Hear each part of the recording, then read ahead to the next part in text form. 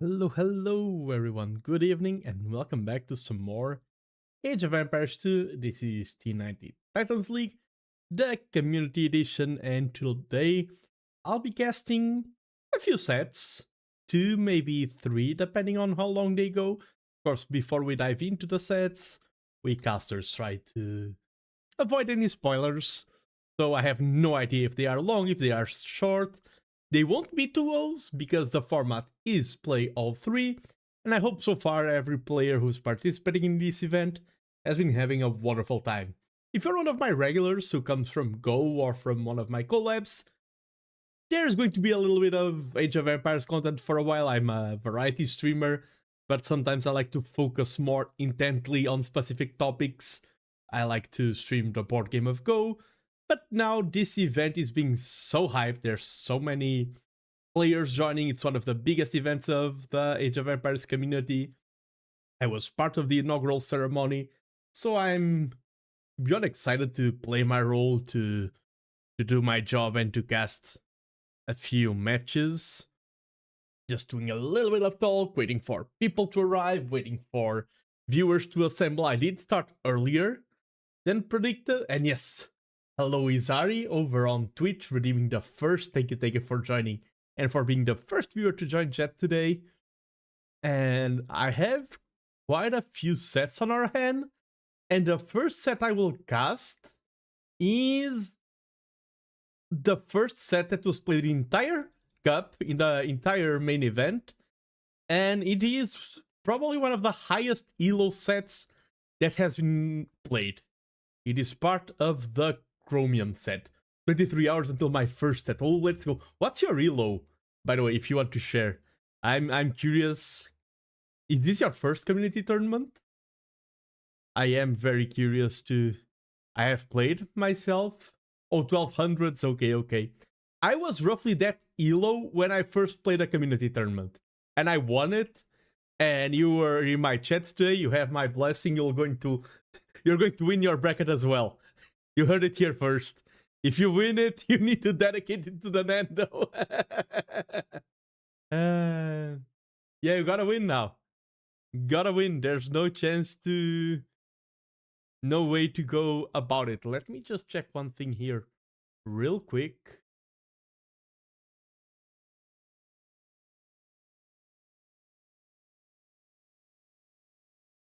Okay. I do want to do a little bit of time before starting the cast, but we can go over maybe to captain's mode and check on the draft and reveal what the set is going to be today. Before you became 1600, yes, I'm currently at 1500 elo. I just don't want to commit to playing too much. I actually want to focus on casting as a skill, not just as enjoyment, not just as my own personal enjoyment. No, I want to increase my caster elo. I want to become better at the activity that is casting, the activity that is streaming. That's the main reason why I'm not playing. I want to become a top quality caster. For you to switch between T90 and TheNando stream and be like, wait, is there any difference? These two are superb casters. No, let's not do comparisons. And boa noite, hello Mokoro. I think you are 2k3 caster. Oh, thank you very much, Jaloping Chris. Oh, and yeah, Jaloping Chris, you won't be the first that I cast today, but spoiler alert, you are the second. you will be cast today, Jaloping Chris. And I'm looking forward because I do know what a Jaloping Chris match is. And hello, John Pilot over there on YouTube. Welcome to the stream. But now let's head over to the draft. And the first match I will be casting today is from the Chromium bracket. It's Blowcape versus Primes. I think that's how the name is pronounced. And these two are playing sitting at around 1700 elo. So just a little bit higher than my elo back in the days when I used to play. And we are going to start with Reverse Acropolis, then Primes and Blockape ban Seychelles and Bypass, and they picked for their home maps Monocle and Slopes. So there won't be any water. Wait, does Monocle doesn't have water, but it does have the you can fish a little bit in Monocle. There's the shorefish, if I remember correctly. I'm still studying all the maps, even though I've seen them quite a bit. And then for Civs, we have Vietnamese, Chinese, Berbers, Maya, and Magyars for Blockape. And for Primes, we have Armenians, Persians, Dravidians, Japanese, and Mongols. Oof. That's a very nasty draft out of Primes. Like, all of those Civs are Civs that I hate to face against. Mongols are a golden choice, are one of the all-time strongest Civs in Age of Empires. You have Dravidians that can pull off some nasty infantry play now. Japanese, of course, with great infantry, great cav archers. Persians, Armenians. I mean, Persians, you can do Persian douche. But at this elo, this is 1600, 1700. Players have plans. Players have their favorite civs. Players know what they are doing. They just lack the skills of the pro. I think they have the correct mindset. They have the correct approaches. They know what they are doing, but they lack the hands to pull off pro level moves. In terms of bans, I keep the bans, but Primes banned a lot of the strong meta civs, while Blockape clearly doesn't like the new civs. All of Blockape's bans were civs from the two latest DLCs. Muisca, Mapuche, Tupi, Wei, Shu, Wu. Every single one. So Primes banned the quote-unquote classic goose civs. Portuguese have been very strong for ages, Hindustanis as well. Khmer and Koreans. Koreans are not such a strong civ. While Blockape doesn't like New Age of Empires. He's like, bring me back to the good old days. None of this silly new civs nonsense. Let's keep things clean. Let's keep things old style. Let me just check one final thing before we start our before we start our set, because I am not sure if we are going to have a brief interruption in a minute or two. That's why I want to keep talking, because I am unsure if we're going to have it, and I prefer to just wait a little bit. This is tactical. Do not worry. It's not a tactical tea time. It could be a tactical tea time. It's a tactical enjoy your beverage time. We will hop onto the match in no time.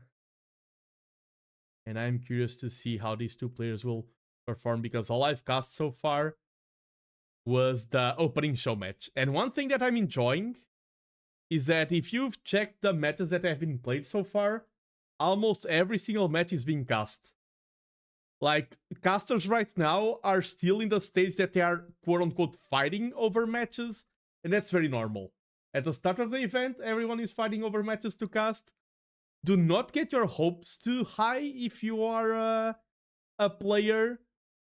Like, not every single match of the tournament will be cast. That's usually how things go. At the start, there's a lot of casters and not a lot of players playing because they need to schedule. Probably next week, there's already going to be a... an overwhelming amount. And hello, Dizzy! And that's the cool thing also about this event, is that this afternoon I was watching Dizzy cast, and I jumped over to Berwin and Zardas and the ZF community, and now if you want, you have TheNando over here. It is really cool how we have the good old names. Why are you a mod, Dizzy? That seems dangerous. And hello, Meshugal, welcome, welcome. I'm just making a little bit of time.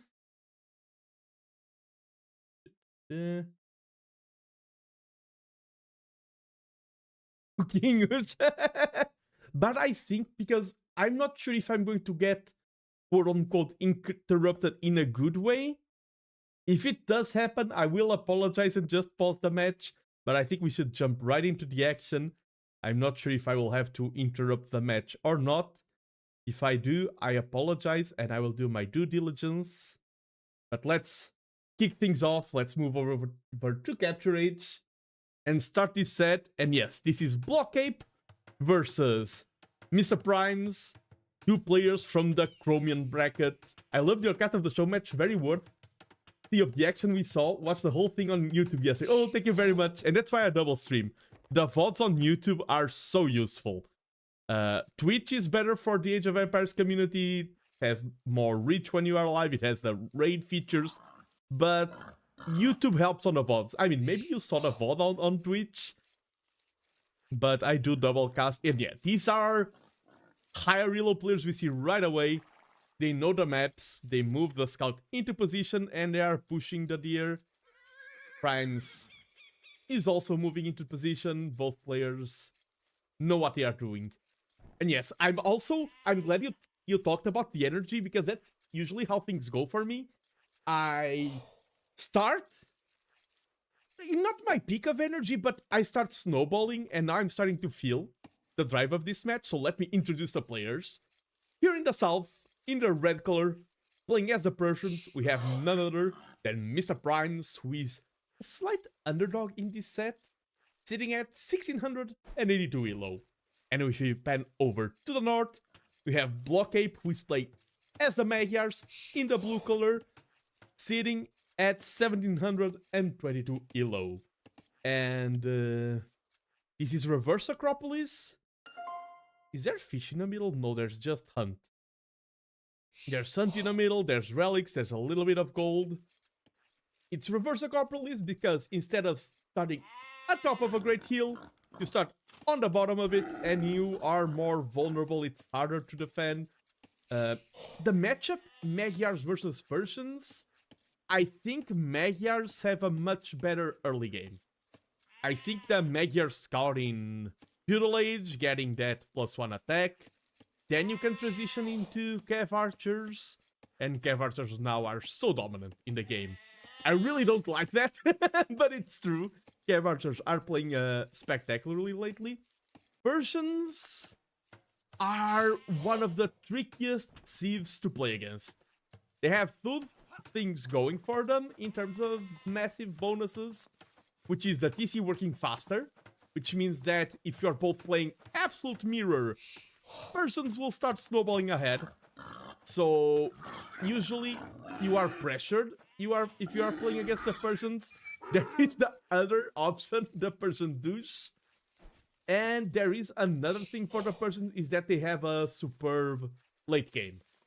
With the transition into Savars, I've seen persons dominate the late game quite often. And hello, Chipmunk! Hello! Hope you have a wonderful time here on stream. Hope you're enjoying T90 Titans League Community Edition, of course. And so far, very standard. Meals, pushing deer. And hello, Vexel as well. And Wilhelm, okay. Hello. Wilhelm and the Plumies. I am checking my posture. And I need to address this raid. If you are watching the action on the game, I am sorry, but I do need to pause this raid because Wilhelm van der Bos is a great artist. I was just watching his stream and I commissioned Wilhelm to do an artwork of myself. I'm not on screen right now because my VTubing software and my Age of Empires software really hate each other. So you are not seeing my lovely avatar. I am sorry. Hoot hoot, Will, hoot, every plume. And I'm going to show you the artwork that Will has been working on. It is so absolutely superb. I am so happy with this. Because Will already sent me in DMs. I commissioned Wilhelm this art. I am a Go player as well here on the channel. That's why you have the board. And the energy, like, this is so freaking good.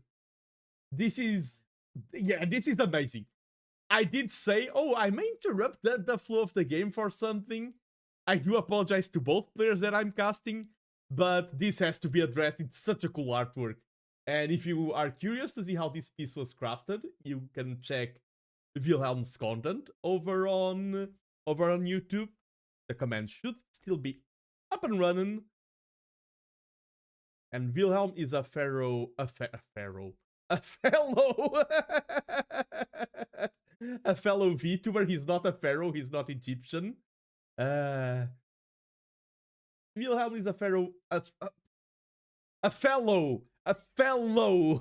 Oh my god. Wilhelm is a fellow VTuber who does a lot of art, a lot of cozy content. He streams over on YouTube only. He has his community, which are the Plumies I'm a part of, and they're all great artists. And I'm so moved by this, but I just got another raid from Bergwin, and I need to get the action moving. Hello everyone, and welcome to T90 Titans League Community Edition.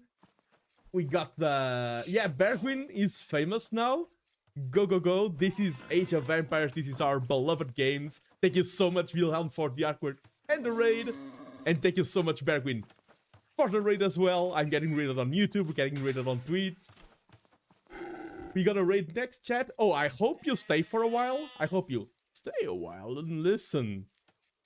And Jack Warrior, I will wait a bit for that redeem. I will not speak Japanese only for 3 minutes as soon as I got raided. Thank you, Will. Thank you. It is amazing. I will thank you more later. Thank you. Jack Warrior saddest. Exactly. So far in this game, I've been introducing the players. You raided right at the right time. Anyone who's joining, we are just starting. You have missed none of the action. This is the first match, and this is persons versus Magyars. And Bergwin does want me to say, if you do not know what is, it is a town in Wales that has a very interesting to say name. Blockade will be slightly faster to the feudal age, adds the barracks here more towards the front, And I'm hoping to see scout opening out of block ape. I'm hoping to see a little bit of pressure if you're playing against the Persians. You don't want them to get away. Nihongo jozu desu ka? Nando-san? Ie, boku no Nihongo wa mada jozu janai kedo, ganbatte imasu. Kono shiai wa, kono play wa Persian desu kara, sono... kono mi wa Nihongo de nan desu ka? Wasuremashita. Gomenasai, minasan. Boku wa 4年前に日本語の勉強を始めました。けど、僕の日本語はまだ下手です。このスカウトは、このビレッジを殺しました。Nice speak here. Am I having a stroke? Sorry. Nice speak here out of Mr. Primes. And this is scary with the Persians, because Persians are naturally a sieve that gets away with the game. Persians just run away with the game slowly. And now they have one more villager lead. We see already 3 villager leads getting double BDX. Nihongo josu desu. Arigatou gozaimasu. Fugosu giru. Arigatou gozaimasu. Nano-san no Nihongo no benkyou no ganbatte kudasai. Hai, ganbarimasu. Também consigo falar em português, se alguém quiser. I can pronounce the big Welsh word exactly. Y también consigo hablar un poquito de español. Puedo... But now, okay, the Magyar scouts are in. No time for shenanigans. And they will find at least one villager. The path is a little bit wonky. Nice quick wall there to help defend. The villagers should be able to fight this off now that they are grouped. Reforging will not be enough. We see one villager goes down. But yeah, 2 villagers went down, one in the action and one there. For 3 scouts, it was not that bad. Y me encanta, gracias. Yeah, it was... I feel like so far I prefer the opening out of Prime's side. How's the farm count? We see 6 farms to 5. Luckily, it's not a 6-7 kind of situation. And a little bit of walling here. An archery range going down for the Magyars. And the archery range tells me right away that Block Ape is thinking of cavalry archers. And I like how I got raided, probably my biggest raid in history. And everyone saved up for their redeems. Por isso agora vou ter que falar português durante 3 minutos. Sim, eu também consigo fazer casting de Vampires em português. Sei que não estou a respeitar exatamente os 3 minutos, também não os respeitei em japonês. Nós vemos aqui a cavalaria do Block Ape com Bow Micro assassinar mais um villager. A contagem de villagers agora está igual, 29 para 29. O que é bom. Se estás a lutar contra os persas, queres fazer com que a conta de aldeões esteja equilibrada. A produção de cavaleiros não para. Muito obrigado por quem acabou de me seguir, peço desculpa. Imo Warrior, obrigado por me seguires. Vemos que os Magyars estão a acrescentar mais quintas, defender com scout. E isto já parece, é o que eu digo, neste nível os jogadores parecem profissionais, mas ainda não estão bem nesse ponto. Pressão em todo lado, coisas já acontecerem em todo lado. Nada sabe, era esse um... I don't know what that word means. Tenho que aprender mais português, não há problema. Why does Portuguese sound like a drunk Russian speaking Spanish? I agree. Yeah, I can speak English again. So more villagers going down. And a lot of pressure. You can see that's why you start seeing players reaching 1700 elo. At this elo, you do not see the peaceful feudal age. And if one player invests hard into feudal age, the other can escape with castle age. If you invest too little, you can be punished. It's such a delicate balance. Block Ape is non-stop scout producing and added some skirms. Yeah, I think the archers will not be happy to see these skirms. But the Persians are very close to clicking up to... Persians are really close to clicking up to castle age. But they will lose all of their army.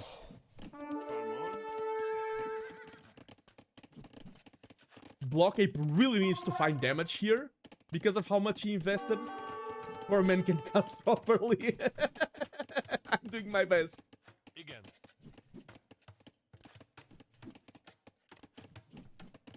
Yeah, and the skirms, okay, they won't take down villagers, they will just tickle them a little bit, but it is pressure, and we see Castle Age getting clicked. Yeah, just run away. I like that move. Time is on your side right now. Just don't lose units, and then you'll have access to Knights. Knights counter everything that's on the field. Add a stable, exactly. Add a stable, add some Knights, and there's no feudal age unit that counters Knights. You do need a little bit of gold. You see, oh, nice market wall there. But that palisade is not the sturdiest of buildings. Behind this, we have 19 farms for Block Ape, but the Castle Age timing here is really punishing. This difference is way too severe, it's way too significant.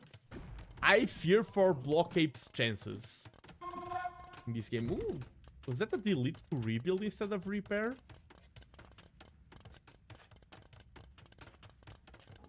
The scouts are reaching dangerous numbers, but they are just fighting walls. Great walling by Mr. Prime.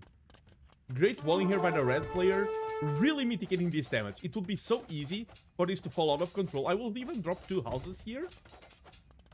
Or just a repair, okay, just a repair. And now his Castle Age. Istzur, I don't speak this one, sorry. Yes, he's 8 villagers behind. But Knights are on the way. And I think the timing right now, I think this is a very classic matchup at this elo. This is, I've seen this happen so many times. I think where one of the difference between these players and the pros is that the pros match each other so well that usually they reach Castle Age at the same time. If they invest too much into military, there's punishment. At this elo, some players are able to nullify the damage they are taking, and then they reach Castle Age faster. And now Mr. Prime, in my opinion, is in such a great position. Should try to save those scouts. At this elo, you can micro them back. Not scouts, Knights. You can micro them back and just heal them with a monk. But yeah, I agree. Just loop a few Knights around and try to snipe your opponent's ecos, because Magyars will soon be into Castle Age as well, and the window will be over. They have their own Knights. I think that would be the best answer. I'm so glad I did TheNando, such a best counter than myself. No, I'm not. You're great, Bergwin. You are great as well. You have that good old Bergwin charm that no one can replicate. Block Ape here is doing the most important thing that Block Ape can do. He's buying time. This is the #1 thing. Mr. Prime was not ahead in eco, was not ahead in military, he was ahead in time. And Block Ape needs to mitigate that advantage, needs to mitigate the timing lead. Oh, nice gate here. Wants to finish off those scouts. And now he cleaned up the army, true, but Block Ape, I think, bought enough time to mount the defense. If he wants to transition into cavalry archers, I don't think he's in a position to do that. Cavalry archers, you want to have your army up, you want to start snowballing the numbers. I don't think he's ready. He did lose a lot of pressuring units, and Mr. Prime about to get 3 TCs up. Whenever I say Mr. Prime, because it's Mr., I just think about Mr. Beast. And I do see that people are having some linguistic discussions in chat. Usually I'll be all up the linguistics discussions, but now I'm focusing on a match a lot as well. The CDC going up, 3rd DC. Surprise, someone will subscribe to it. Hi. The Knights here. And Block Ape is non-stop aggression. Even with his base fully open, non-stop aggression. And that's another thing. Bloscape did click later to Castle Age, but his eco is was untouched. And look at how many knights he already has on the field. They already have +2 attack for free because of the Magyar bonus of free blacksmith attack upgrades. And he's going to clean this defense easily, and now he's doing counter pressure there. Blockape, his unrelenting pressure is getting him so much lead. These are 25 farms that were unpunished. He has such a good eco setup, and that's what he got from map control. I feel like a lot of players struggle to convert map control into tangible advantages. One of those tangible advantages is relics, but that was not the relic stage yet. Another is a good stable eco, and other raids are in. But remember that Blockape needs to cause damage. Now Blockape is fighting against the clock once again, because Persians have the 3 TCs. Persians will start booming a lot. I don't think they have enough production. Yeah, the lack of farms in this game really hurts the Persians. What?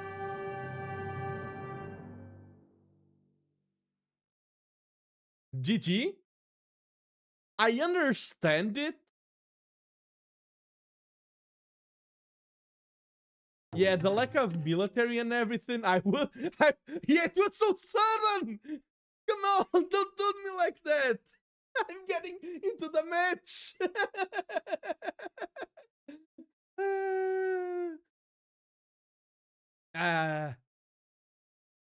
I understand the sentiment, because that's one thing I often talk about is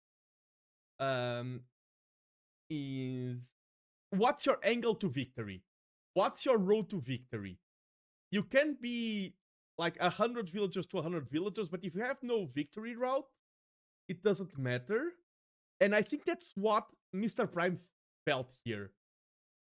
Maybe he thought the opponent was 3 TC booming as well, because a good defense could buy him some time and everything. But I think Mr. Prime was just thinking, okay, I'll just keep losing villagers. I'll be under a lot of pressure. I can't surmount a counterattack. Let's lose fast before losing slow, and let's move on to the next match. But I was surprised. I was very surprised by this GG. 1700 game sense, exactly. I mean, just go like MBL or no, not MBL. I'm mixing up my names. Just cockroach the game.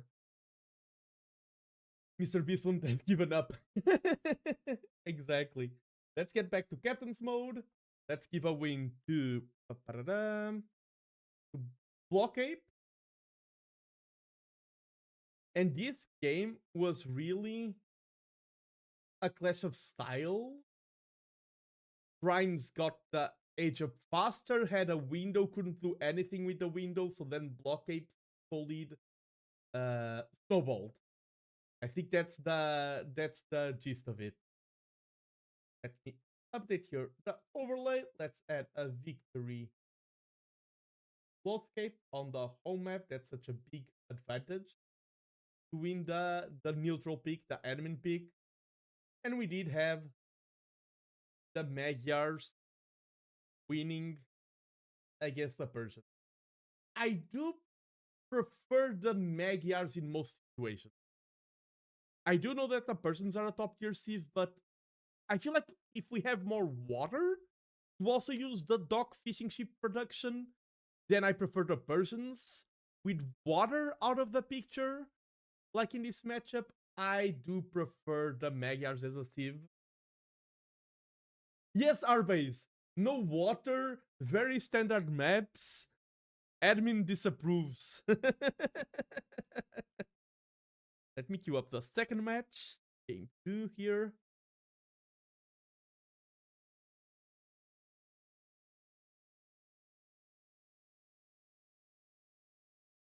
Okay, and this is a way more aggressive map. We are moving on to Prime's home map. We are moving to Monocle, which I often pronounce as Mononcle, like my uncle in French. Let's go to Capture Age. And let's go to the second match, everyone. We have Armenians versus Chinese, and I think Chinese is one of those thieves that they're just good. If you can handle the Chinese opening, and players that is elo can handle the Chinese opening. If you can handle the Chinese opening, you are strong with them, even grabbing the boar right from the get-go. Of course, the ADLTC time does climb a little bit. That's normal. I didn't check ADLTC time on the previous game. He's dropping off, and the hotkey that you can now press really helps with this micro. And he's already getting the first villager up. 6 to 5 villagers. Armenians. Is the church micro still broken? Yeah, 42 seconds. I think it was the luring of the boar instead of taking a ship right away. Yeah. I think the 40... You already kind of lost the early advantage. Your mic is a little low. Thanks for bringing it up. Oh, it is? I do see the audio levels. Maybe if I adjust it a little bit like this. Tell me if it's better. I do think sometimes some things about captures or something could be interfering with the mic. I think there was maybe a Windows update. Let me know if the mic levels are better. That's a lot better. Nice. Thank you. And okay, here we have the Chinese versus the Armenians. This map is very fishy. No fishing ships once again. Both of these players avoided the full water maps, but there's so much food in Monocle. There's the berries, there's all the fish, there's all the hunt. Armenians, of course, do have the fortified church, which can sometimes be a little bit problematic. It has been dominant in quite a few strategies. The Chinese are one of the jack of all trades. There's nothing in the game that the Chinese are bad at doing. Not as strong anymore. Yeah, I thought so. I haven't heard anyone say it's weak, but I've been hearing no one say it's strong in a while, so I assumed it was just nerf. Getting the meal, getting the lumber camp. Of course, the meal cart can be advantageous for maps like this. You can deliver food onto meal carts, right? Just to be sure. They work as meals. It's maintenance now. Yes, it's maintenance. You cannot play. Everyone, come watch my stream. You cannot play your own games. Not the fish. Okay, Arbase. Thanks for clearing it up. Yes, I downloaded everything. Beforehand, I have all the matches. I won't update my game. Stream is unharmed. Tell your friends who just got disconnected. Oh, Nando guy, come watch this. This guy's casting TTLC Community Edition. I mean, the C is already for Community. Armenians get redemption? They do. And hello, Technical Tea Time. Yeah, I'm not casting matches live today. I will be casting on Friday. Armenians very strong monks. Yeah. No techs are missing. Not the best monks in the game because they lack unique sieve bonus to the monks, like the Aztec monks. Hello everyone and Nando. Hello Technical Tea Time and everyone. How much can Armenian monk lift? No idea. T90 wants me to go cast his match with you, I'm pretty sure. Oh, that would be interesting. We'll talk about that. I don't do business while I'm live. We'll talk about that, Bergwin. Oh, yeah, and yes, Mikolos. I can say something for putting it forgetting with Nobel Fantasilo go. It's like my trick. And look at the evenness. Exact same Feudal Age timing. Barracks going up. I see no... No, I was about to say. Caster is distracted. We have the bully boys on the field. Look at them go. They are mean. They are ready for action. Well, how's the player vision? Oh, he probably is clicking here, and the walls are passing around, and he's gonna be like, okay, there's walls there. These get spotted. I think the timing was a little bit late, and the pathing was so unfortunate. If they could have gone this way, they could have found damage. I think that was unfortunate pathing, but they are going to try and hit the villagers, so we do see a preemptive tower. And now, I think the militia play was already worth it. You force a tower, you're already even in your investment. You're not winning the trade, and but the timing, the tower isn't up yet. Just 2 villagers were building it.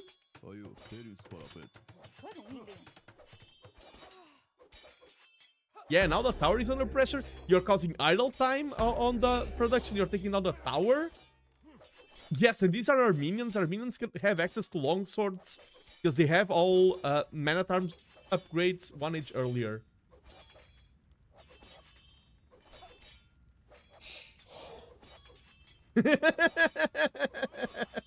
Just reading Tactical T90's comment. This opening, this militia opening, is already... You can delete all 3 militia right now, or men-at-arms. They already paid their price. This was already 100% worthy of an opening. And they are still alive, and there's more joining the ranks. So this was a great opening. Archers are on the field. The Armenian voice lines... like these rough voices are so cool.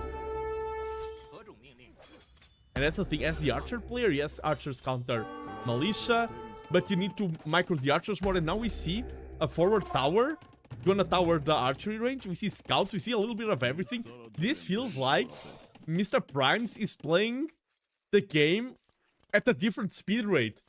Look at the difference in military on the field. Yes, he's behind a few villagers. Yes, he handled the TC. But I think he's on a position that can cause real significant damage here. The eco will now start scrambling everywhere. Yeah, another villager will go down. This is already 3 villagers down. Ooh, you cannot take this fight with the villagers. These are not militia, these are men-at-arms. You can take, but there will be consequences.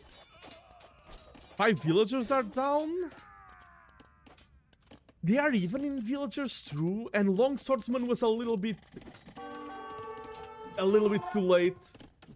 0 Long Swordsman, exactly. The timing. If you were not researching Longsword, I would love the trade, because I saw Longsword here coming right after by a little bit of... It was cancelled? No, it wasn't cancelled. It should have been cancelled. You are right, Arbase, but it wasn't. I mean, it's an upgrade you have for the whole rest of the game. Get the idle TC type. I did say before, and I will reiterate my statement, the main difference between 1600 ELO players and professional players is that professional players can think faster and act faster. Maybe these players could play as a professional player if they were playing at like one player was double speed, the other player was half speed.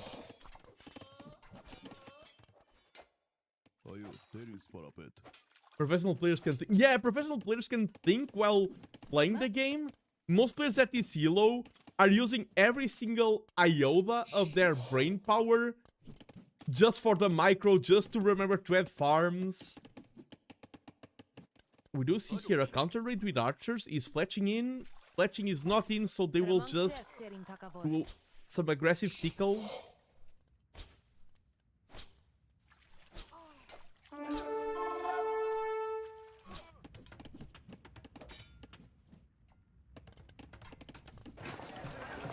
We do see none of the players is close to clicking up to... None of the players is close to clicking up to castle. The archers were worth it for kicking out the villagers from the swordfish. And also, the main damage that Mr. Primes is taking is not queuing up villagers. If he was doing this type of aggression while queuing up villagers, he would be dominating. And we do see farms Yeah, in this map, you don't want to place farms earlier. The longswords are in, though. And they are taking down a whole lot of villagers. Is this enough damage? Okay, Volscape think it's enough that this is a very fast set. And I agree with the GG. I feel like this was more of a GG than the previous game. Because all your Rico is being pressured, you're going to lose infrastructure. You see 15 to 5 military, 25 to 21 villagers. Yeah, and this just goes to show that some matches can be decided in seconds. Imagine playing a set, you're practicing, you reach here the biggest stage of all, which is being cast by TheNando. And your matches just end in 17 minutes. GG. Hey yo. And we had the Armenians winning against the might of the Chinese. I think the Chinese harmed Blocape here. I think in some matchups, you are thinking too much about the thief bonuses or the opening and everything. I think Chinese ended up not being a great pick. This was also Prime's home map. So he, quote-unquote, should win it. Here.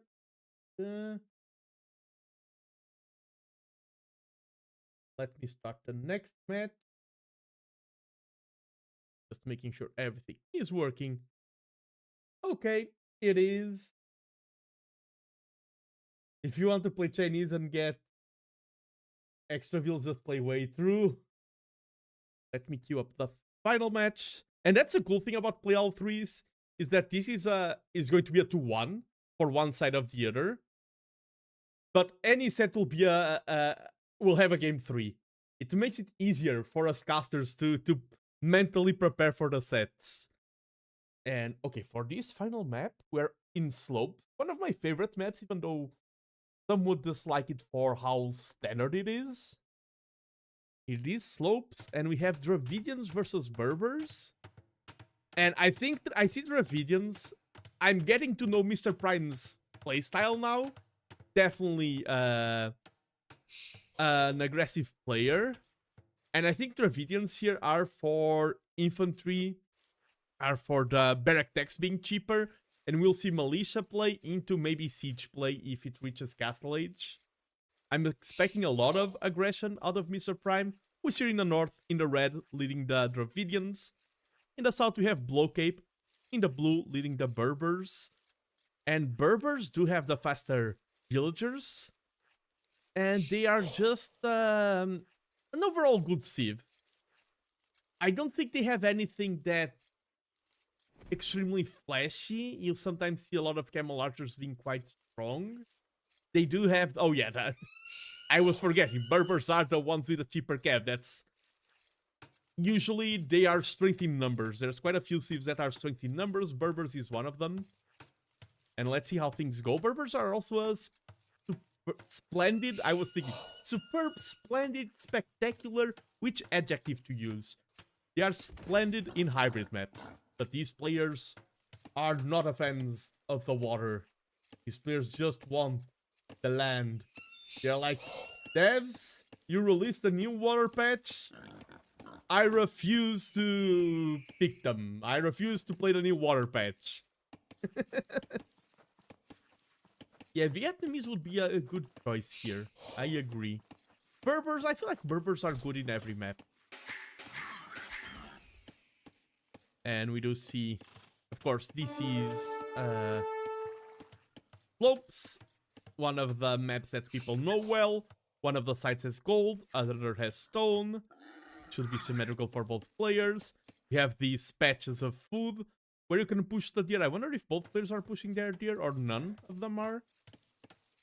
Of course, you cannot push the hares. You should mill if you want to, but that leaves you exposed. So this is a map about risk and reward. Do you mill here? Do you grab the hares? Do you grab the food? Do you go full aggression?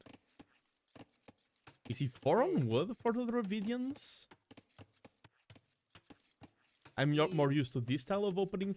I would expect Blow Cape to go for something like Scouts into Camels or Knights. In this matchup, it should be Knights. I'm thinking of picking this map just to go and kill the chicken near pond to send a message. That is a possibility. And we see, oh, okay, early meal here. The thing about early meal is that yes, milling is good and that way you didn't do your Y-shaped berries. Why berries? Why? But now the opponent will know, okay, if I want to attack, there's a vulnerability here. What this confirms in my 1600 elo brain is that Mr. Prime will be very aggressive. This is very exposed, and I think he's like, okay, I am exposed, but my opponent will not have time to pressure me there. I won't need to wall this. My opponent will have to keep all of their military at home. If Blowscape scouts this, it would be a very valuable piece of information, but he doesn't. And good afternoon, Naragoa. Welcome, welcome. And Blowcape, I think, is thinking of playing into that defensive role. And this, people hips, thank you, thank you, thank you. Hope you have a great rest of your evening, great rest of your day. Hope you rest well. Thanks for dropping by. We see Feudal Age on the way. For both players, Blowcape will be faster. You have a schedule? Not this week in particular. Usually I have. This week was very chaotic. I will be casting more on Friday. Friday at 4 PM GMT.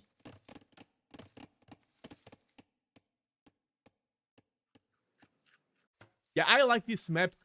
I'm one of the biggest fans of the hares. I'm also a fan of Hera.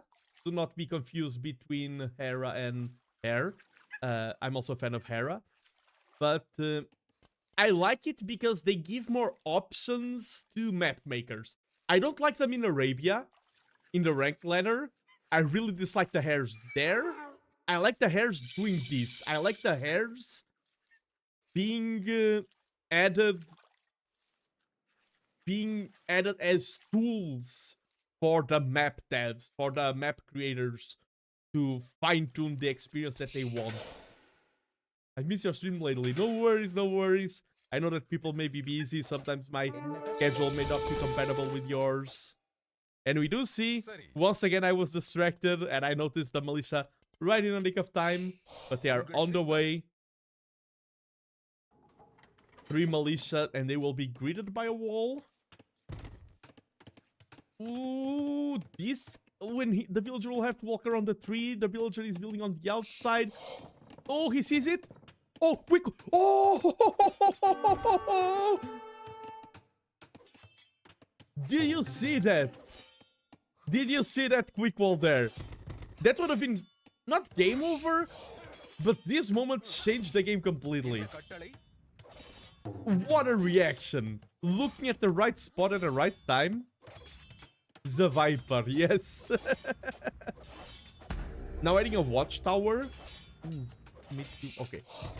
And I do like to add a watchtower soon rather than later. A lot of players only drop a watchtower when it's too late. Mr. Prime does know that this is open because of the scout. And my call was right. He's like, oh, I can be greedy because my opponent won't have time to counter pressure. And he's even walling all of this. That's the thing about slopes. It's a surprisingly easy wall map.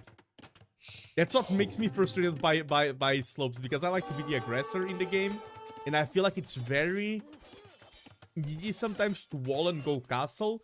The thing is, Mr. Prime is getting advantages out of this. Yeah, the Vil was so proud. I think now they moved, but they were flabbergasted. Like, I did that. I'm the best villager ever. Look at his muscles. Look at his skills. We do see a mining cap getting added on the stone, probably for more defensive towers.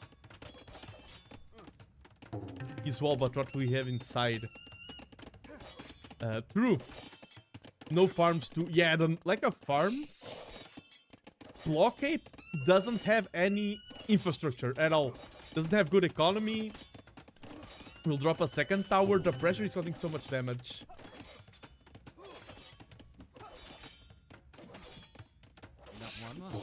I'm glad the command is working. Yeah, Blockade has the Vil lead. And Mr. Prime's idling economy for attack, but it is paying off. And at the end of the day, that's all that matters. Ooh, that tower there. I don't like that tower. It's too late and it guards nothing. It's just making your opponent move somewhere else. Yeah, he needs some skirms, he needs some archers. He has a stable, but that stable was already thinking about knights. He does. Scouts here won't be that efficient. The tower does go up, but yeah, the tower is guarding any resources and the army can just move around.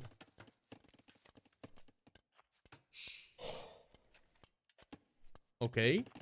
And that's the thing, you should wall while you are pressuring. Weird shaped walls. And now, yeah, the pressure has moved south. Salmon, certified salmon build. Another tower. I mean, if these were Koreans, the infrastructure would be great. For a later game, I think. Will the house stay? The villager is repairing. Yeah, this is a tower defense game now. And I mean, that's why Blow Cape's economy is in shambles. These are expensive. And you cannot counter pressure this. And look at Mr. Prime's economy behind of this. That's an outstanding economy. Yeah, just drop the market and you're up to castle. You get siege and then towers are obsolete. He can move around, but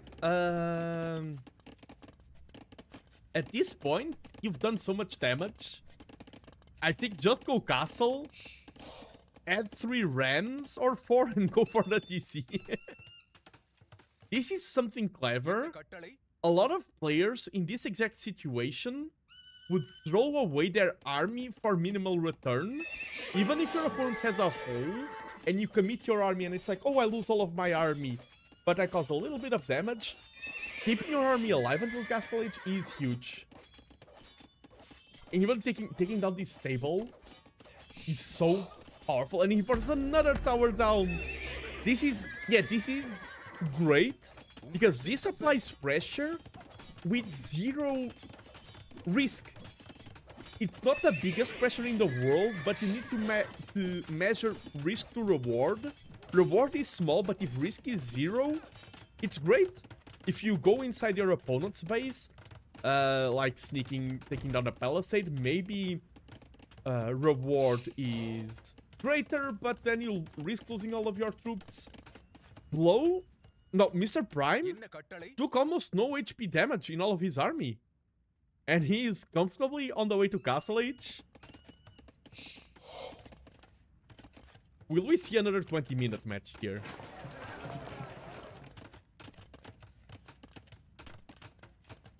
Yeah, could be a... I think that's forward keep or forward castle. Yeah, but I would just drop a siege workshop. Best team keep. Okay. Yeah. I would just drop a siege workshop and ram this. And thank you so much for the follow, Ikeeps. Hope I pronounced that correctly. Isturgitan Zeit Vorangeiten. Sorry, I cannot pronounce that.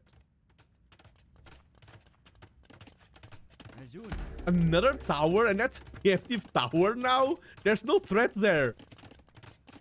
Okay, this game, if you sent me this screenshot without any context, I would say this is a 100 elo game. Even though they are playing well, and I think the towers is part of what kept Blow in the game. Yeah, this is from the campaign. I should have used this for a clickbait thumbnail. Yes. Oh, they had to pause. Like, 5 towers in Feudal Age in a tournament match?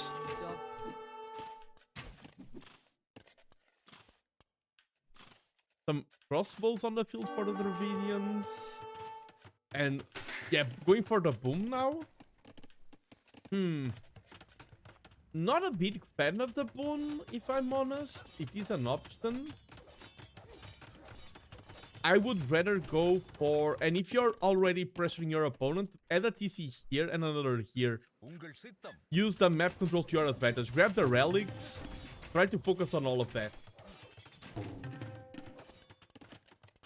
I think you need to commit into a choice when you reach Castle Age. If you're committing to the boom, if that's your choice, then you need to go full boom, 0 idle TC time, and make sure you get as much of a reward as you can. But I feel like this is giving Blowcape a window back into the game. But what's Blowcape's angle here? Yeah, guard tower, please. I mean, the game plan is Ferber Knight. It is a good game plan. Yeah, the Knights can pressure this like is down, but they can easily take care of all of that. A Spearman will cut it against the Knight. Getting Husbandry, getting more Knights into the field. Yeah, Mr. Prime, Man-at-Arms, Skirmishers, Crossbows, and Spears. Yes. That's also an AI style of army. Like, we have AI army versus tower defense.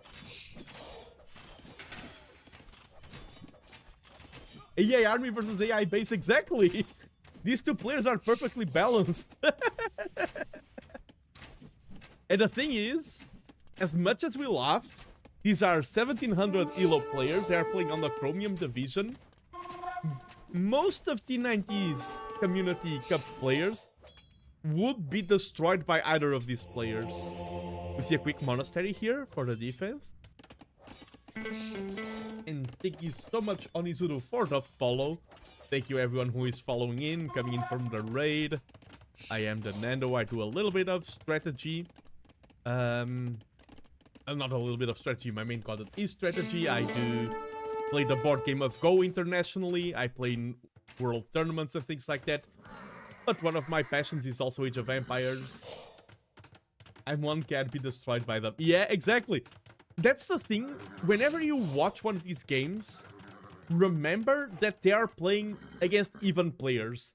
And everyone looks worst when they are beating their match. Like, if any one of these players will play versus Piper or Mysterio or something, they will look horrible. If they played versus any low elo legends, they would look like a god. We see 3 TCs from both players now, and I think we are reaching the point where Mr. Prime's early pressure has dissipated. The advantage that he has been diluted. I don't think it snowballed into anything. He tried to go for the boom, but Blowcape matched that boom, and he's even ahead in villagers. I was expecting Mr. Prime to be way more ahead at this point. A Mangonel shot there could be nice for Blowcape. And yeah, mobility is great in this map. Here we see the problem of having a no mobile army, is that you need to keep chasing your opponent. If he's pressuring, you need to chase and everything, and you have an army, but you can't utilize it because your opponent is just jungling your troops around. Juggling. Yeah, I agree. And you are Dravidians. Siege weapons cost have what discount? I would have loved to see 3 Rams. Add 3 Rams to complement your AI army and keep the pressure snowballing. And Recent Dragon Gaming, good to see you as well. Welcome, welcome. We see Wheelbarrow far away, so now these Berber villagers will go brrr. The infamous Moose. Thank you for the follow. And now these knights will be... no.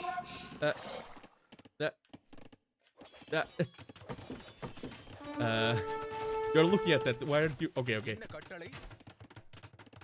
Yeah, just run away. Keep the knights alive. Keep the map control going. You can garrison the monk relic, and we have the university on the field, and that means he can get guard tower. Yeah, you asked Kratos, guard tower is researched in the university. We see here a center castle. I don't know if Tactical Tea Time is still there. Tactical Tea Time. Oh, whoa. This is always fun. Oh, I think the gate is locked. No, you have no army. Oh, attack the foundation. Take on the castle. It hasn't been castled yet. Okay, it was cancelled. That was so dangerous. Build another castle. Build a defensive castle. Yeah, and someone mentioned Blocape with a boom and everything has enough rest to go imp now. And I mean, this castle, 2 towers in a castle, what more could you ask? And it protects golden stone. That's why I asked for Tactical Tea Time. I really don't like this position castle. I think it's a castle that's neither aggressive nor defensive. Sometimes you're unsure, like a little bit unsure of, should I go more forward, should I go more backwards, and everything would be better. Having it more forward would be better, having it more backwards would be better. You kind of try to do a castle that protects resources, that pressures, that defense, and you don't commit to any of those things, so it just ends up achieving nothing. And yes, we do know that Blocape will be first to him, and that means that this castle will be trapped down very easily. Traps can trap it down from safety. The Camel Archers as the unit choice. They are a good unit, but against these many crossbows, I don't think they perform well at all. Dravidians have access to arm. They do. Are there archers? Yeah, very... Do they have every single archer upgrade? They do. So Dravidians will have great archers. Does friends know about Blocape's TC in the south? A castle around there could have been a good, decent choice. Yeah, Janitor or Skirm, and he does see a little bit of infrastructure but doesn't know about the TC. Dravidian minion is Elephant Archer. True. I think Camel Archers counter Elephant Archers. I think. I'm not sure. They are good for this. They are a CA style of unit, so they will be good at raiding, at finding damage. But Mr. Primes, with that early map advantage, doesn't have any TC on the outside. And this main area will start running out of res. And we see right away, we see chemistry, chain barding armor. I actually want to play ranked right now, but I can. Yes, you're all doomed. I contacted Microsoft. I told them, hey, push the update when I'm streaming. Right when I'm streaming, I'm casting Rex. So blame me for it. I reached out to Microsoft, make sure that everyone joins my stream. The thing about archers is that they are so weak versus buildings. I'm an archer player. Like this tower, it's going down through, but I mean, it's taking ages. And one mango shot. With Bracer, Thumb Ring, and Arb on the way, they will be horrible. No, the mangonels will be horrible. We do see, is that... Okay, I couldn't check. I thought it was a start. The castle will go down uncontested. The siege engineers. I didn't even see the mango. Oh, here it is. Oh, nice split. And that's the thing. These archers didn't amount to that much. Blocape has higher Vil count. Is nice wolves here. Blocape is the master of Walden. Some monks, some arbs. We still need an answer to these arbs. Yeah, Blocape winning this would be impressive. I agree.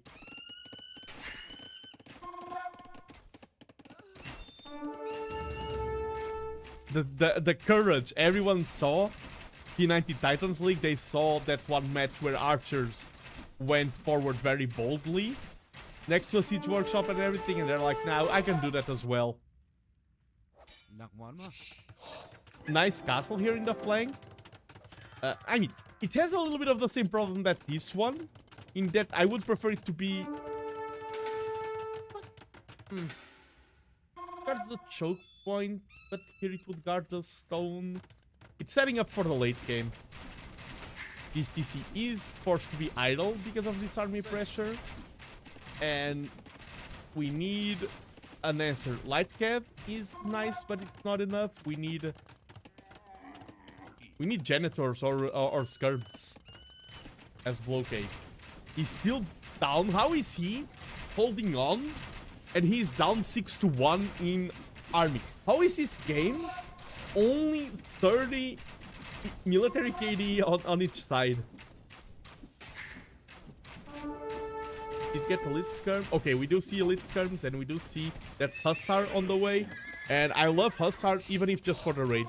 I don't think Hussar will do anything useful at all against ARBs. But send Hussars into your opponent's eco and try to find damage. Yeah, Mr. Prime doesn't want to micro the archers. Yep, just snipe the bombard cannon. Yeah, and we often talk about soft counters and hard counters. Skirms are such a powerful counter to archers. They are upgraded fully for armor and for attack. Those are just like 3 or 4 skirms fighting off against 26 units. Did you hear that, Bergwin? Skirms are a powerful counter to archers. True, but like 4 skirms took down like 2 or 3 archers. If it's any other unit matchup, if it was this hard of a counter, they should take down 0 archers.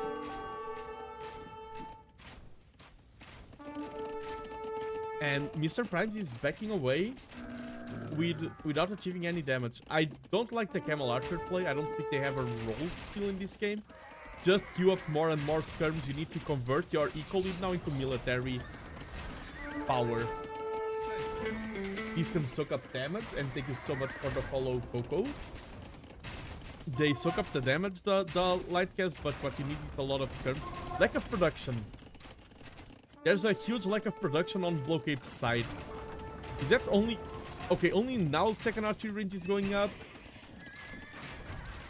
I'm in love with the Yeah, lack of production from Blocape. Blocape is doing a great job at spending economy, though. Yeah, the villagers here are finally like, we lived the great archer raids. This is what these camel archers should be doing. This is great. Park them there. Park them there. Yeah, that's a great call. Mr. Prime doesn't have the best economy behind this, and now we are doing the dance of the bombards.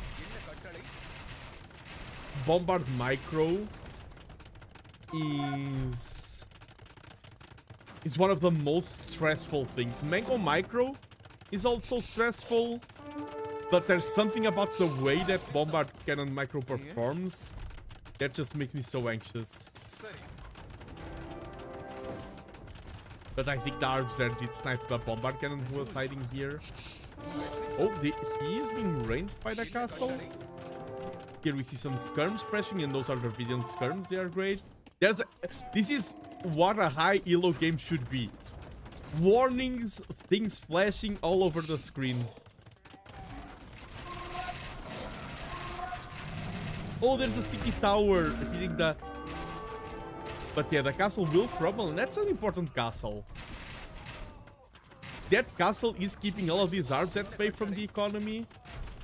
I mean, some of the arbs are crumbling. Yeah, the tower here. Bombard cannons are doing some trickle damage to the army, but still, Blocape is not producing enough military. Blocape doesn't have anything to stand against this army and doesn't have enough production. Third archery range is now up. We see more skirms coming from the flank. Yeah, guard tower would help.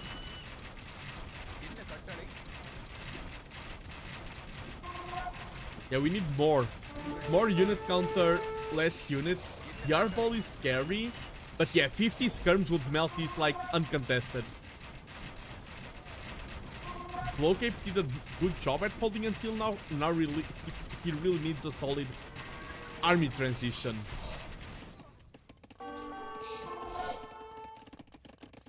I need Flex to know who to cheer for. I don't remember where these players were from. I can set it up for next stream. This stream I forgot.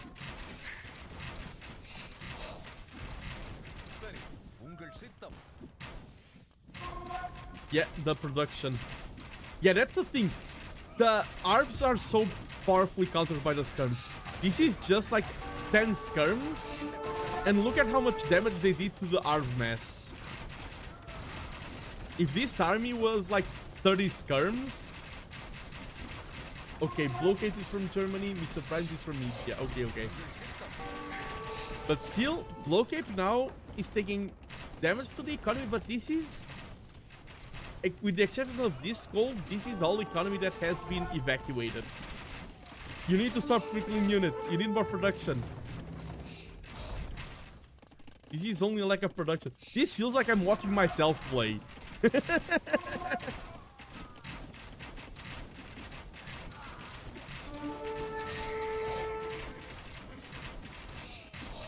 More than 3 archery range is hitting through.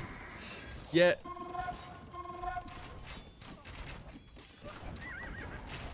There could be a hyping, that is true.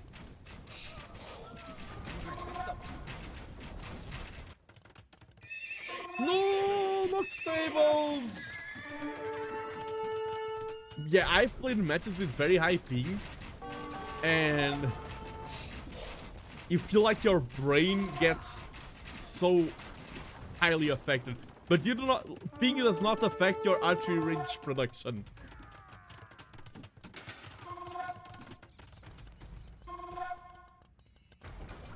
I do know that, yeah, Berber, you think stables, but I think the dropping a lot of archery ranges would be better than dropping a lot of stables. This game can still go either way. But I'm like, will Blow be able to stop this? Will Blowcape be able to stop the death ball? Yes, can do some snipes with the CA. He's now producing military, and that's meaningful military, adding some more CA for the... Ooh, even getting some, trying to get some monk conversions, convert 1 camel archer. Monk gets sniped by the skirms. Yeah, non-stop trickling of unit. This is nice. Look at the rest like that. Blowcape still has a huge lead. And this can be very deceiving if you are playing. Look at Mr. Prime's point of view. You just took down your opponent's entire base. He may assume that he has like better production score. He's extremely even, exactly. He may assume that he has better eco, but Blow is 150 bills. Now is the time where he should switch into production.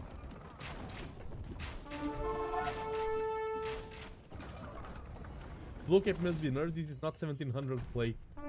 This is also, as I said, this is also you getting evenly matched against your opponent. This is... we have no idea what the time zones were. This was the first set it was ever played in this cup, besides the show match. And I agree, Red is running out of steam. And now we see the Blue army arriving. And Blow, remember, Blow had such a tough early game. Blow was incredibly pressured in this game. Blow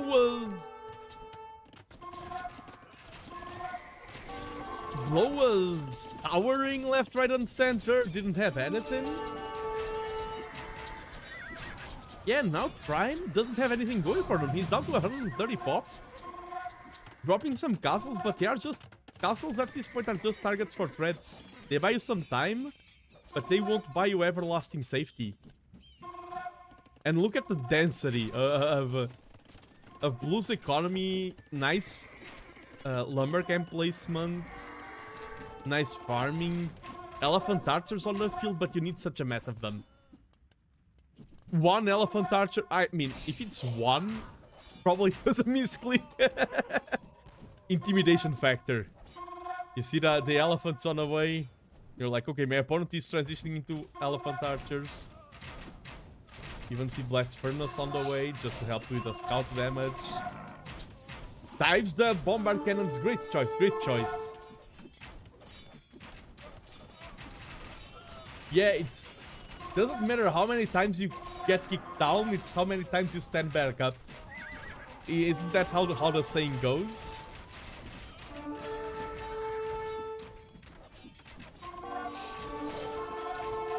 And we see now that the archers are crumbling. Yeah, wood is starting to float a bit. I mean, you need wood to produce tables. Elephant is gone, GG.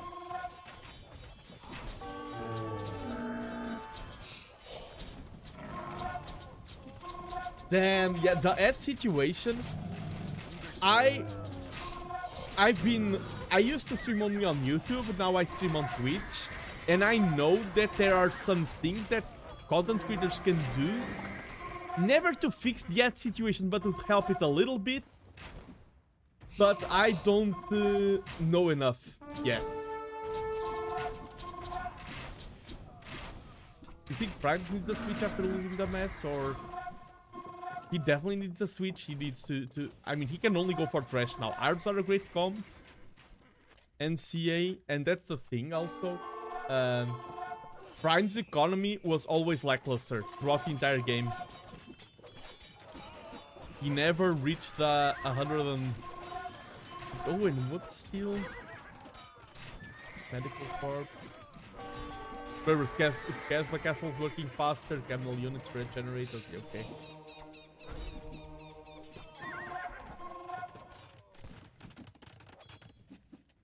He's messing a new army, but I think Blowcape can just non-stop. Blowcape just needs to fix the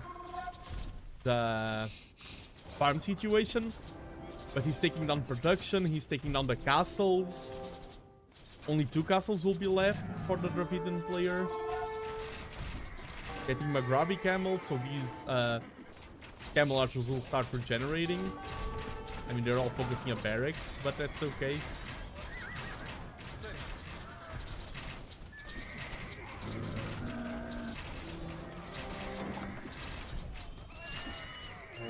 And that castle will go down.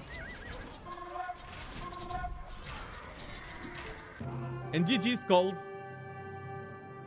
This was a great match.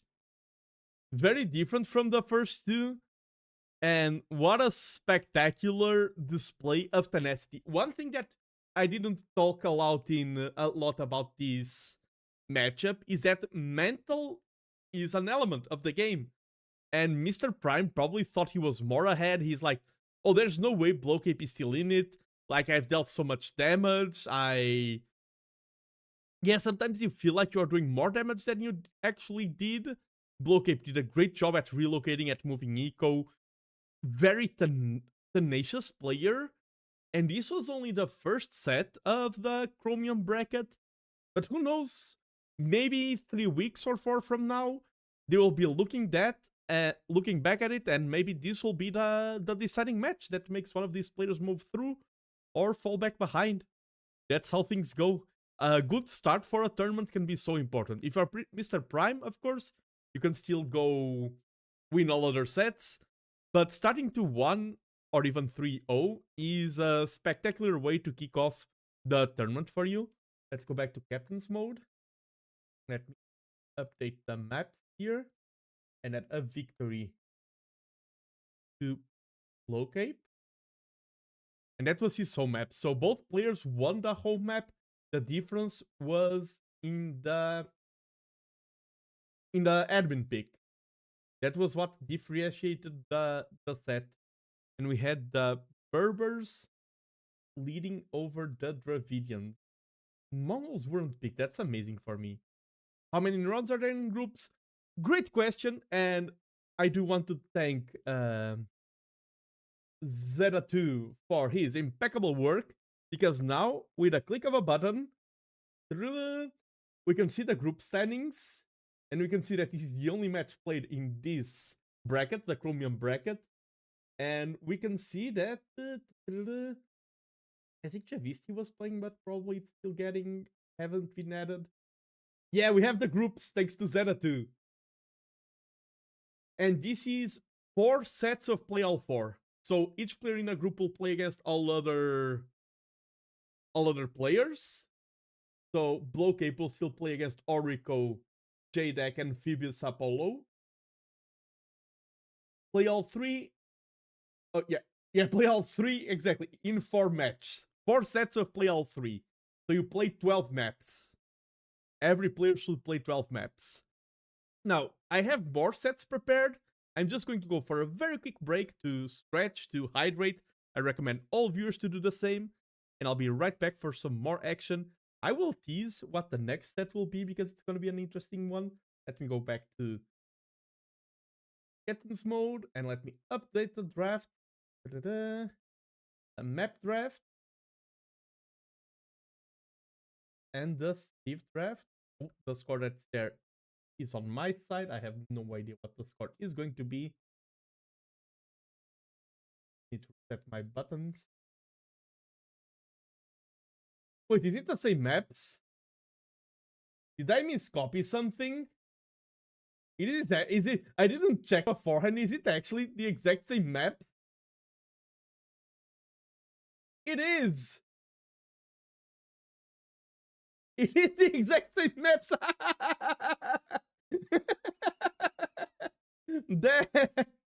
Different sieves, but same maps. We have the Muisca there.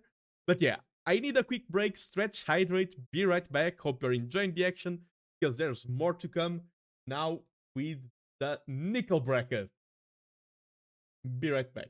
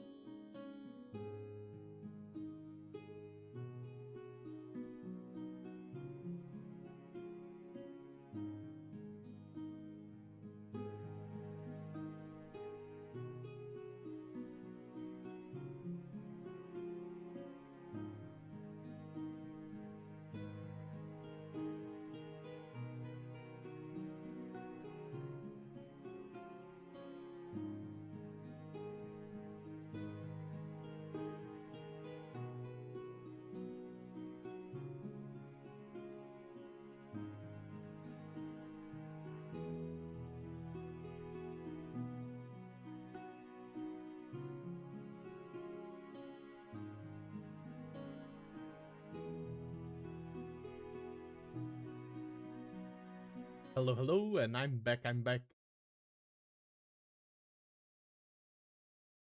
7 Wonders Great Forward Grain Through. I think I saw Japanese language. Oh, my light novels are not in Japanese language. I can speak Japanese, 僕は日本語が話せますけど、僕の読むことが下手です。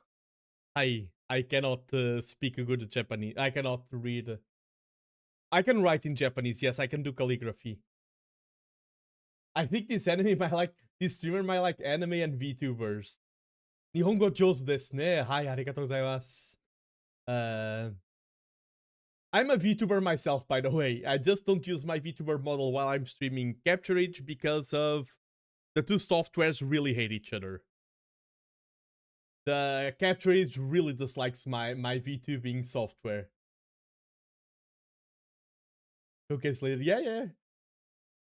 For sure. And let me check. So we have Afonso the Fifth. Is that the king? Nihongo to Eiji dochira ga hoshii no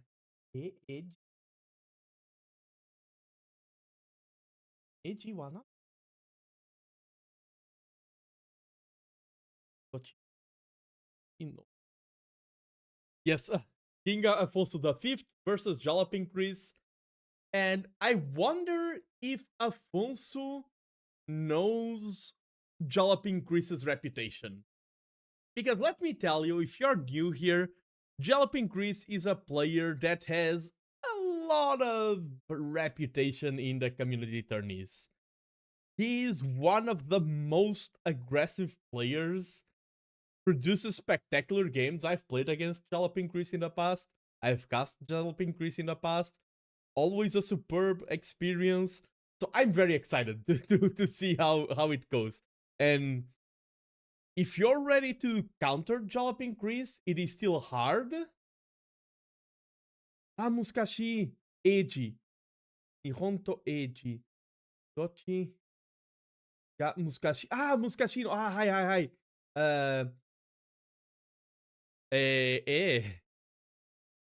Eiji to omoimasu. Hai. Eiji. Ah, wakarimasu. Gomenasai. Eiji to omoimasu. Because the thing is, why is Age of Empires harder than Japanese? Because you can see 4-year-olds or 6-year-olds dominating Japanese. You see a lot of them in Japan, but you don't see 6-year-olds dominating Age of Empires. So Age of Empires is harder. Let me just post the set that I'm going to cast. What's Afonso the Fifth Discord name? It's Yit Ronan. Yit Ronan versus Jawaloping Chris. And I was just posting things. Let me go over the draft now. They banned Zimbabwe and Tulu. Probably, yeah, both banned the maps that are preemptively walled.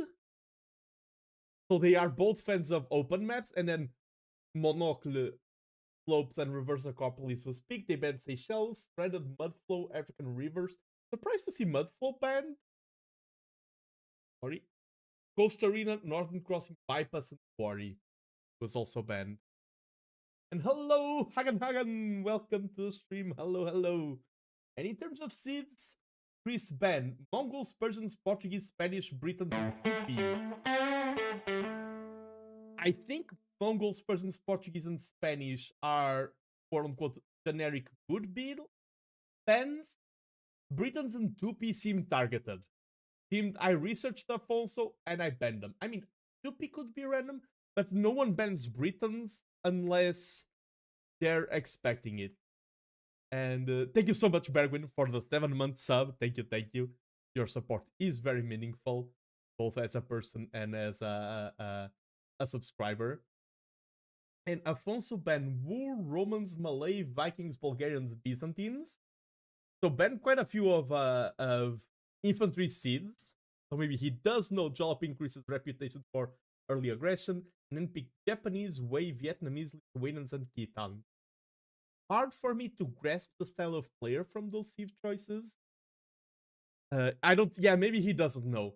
And humans, I saw some discussion about humans in chat. If humans get picked, I'm quite confident what will happen. But I will not spoil you. When we get there, you'll see. I think anyone who's seen Jalapin Chris knows what happens when he's commanding the humans. Let me load up the match. Monocle, what would I go for? I'm not good at that even. Yes. Muisca, Celts, Dravidians, Terrace. Celtic PC, Dravidians, Go Infantry, and Siege. Muisca, I don't know enough about them. That's game 1.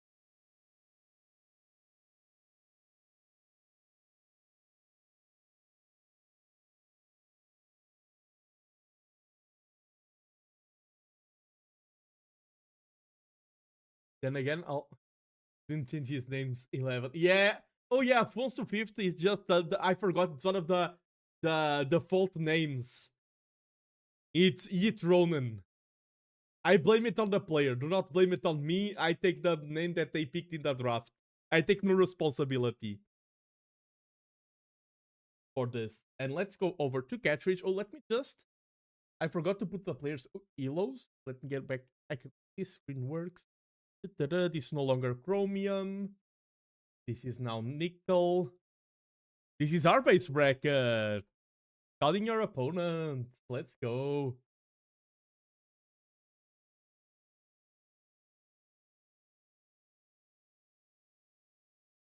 Yeah, Afonso is one of the default names.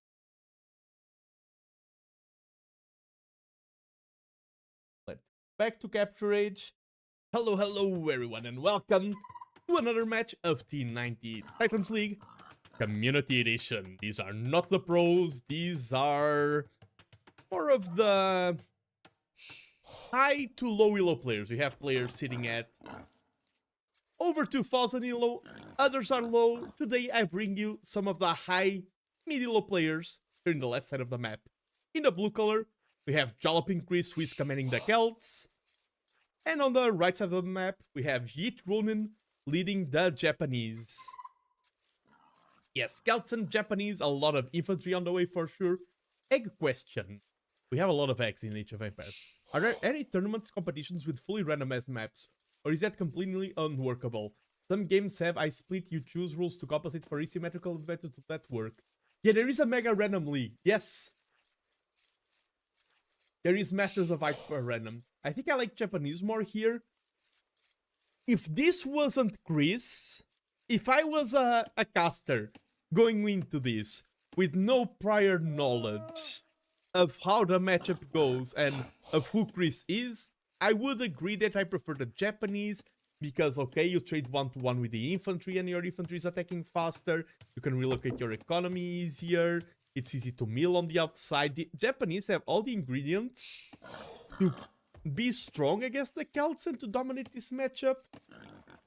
But these are the Celts, and these are the Celts in the hands of Jaloping Chris. So, if you are wondering, will we see Celt eat TC? We will see Celt eat TC. Jaloping Chris is an amazing, aggressive player. I know some players who have faced off against Chris, know their style, and still crumble.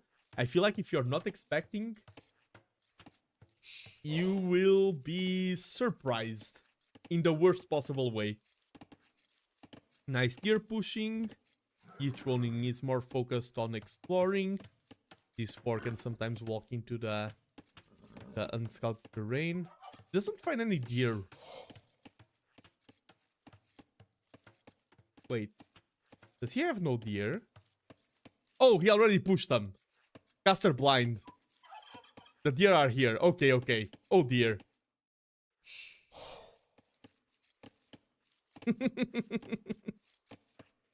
Man, that's the problem of you yourself being a caster, is that you lose all rights to mock T90 blind or something like that, because every mistake that T90 did, you will always also make as well. And yes, R2B, this is just... I like how, even in the audience, you can tell that there is a divide between those who know and those who don't. I feel like I'm holding a secret here. Haha, I know what Chris is going to do.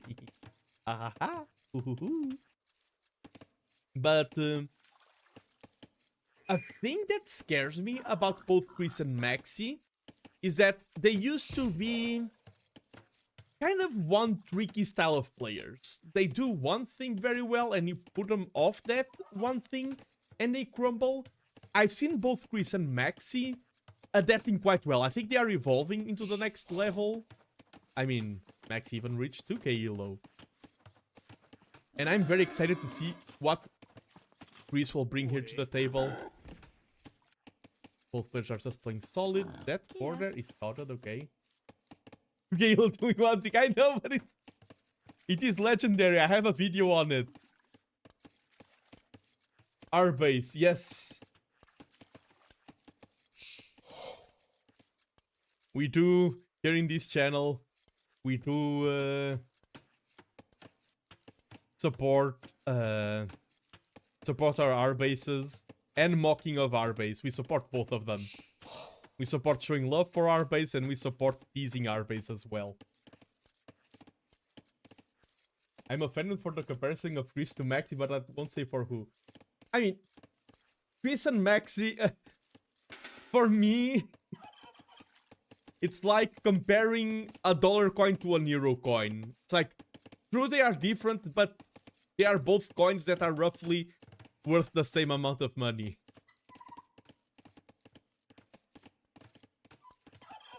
Wait, is there $1 coins or is it $1 bills? My brain is buffering. Are there $1 coins? Or just $1 bills? Both. Ah, okay. Nice. In Canada, you use card. Okay, I'm safe. Maxi and I both have roughly the same intrinsic value as a person. Yes.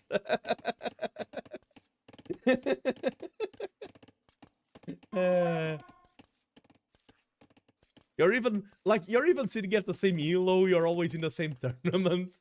I love how our base in the past had to take both of you in a tournament. Oh, okay. Barracks, villagers went forward to drop the barracks and the militia are in. While I was talking and we see, here's the action. I spent too much time talking. Now let's move on to the action. One villager goes down for the Japanese. We see a tower. But that's the thing. Chris also has all the villagers here. There's the Chris we know. Yeah. Welcome to the Legend of Jalapeno Chris. I mean, I can't use that. That's T90's T90's thing. But yeah, good first response, but now the tower isn't going up. And the problem of trying to place a tower is that you become more static. And that's what Chris wants. Chris wants you to be static. Towers in an oftentimes are preemptive. They shouldn't be responsive. And we see already 4 villagers going down for Yeet Ronin. So Chris already with a very strong lead. What's Yeet Ronin's respawn? He has an archery range.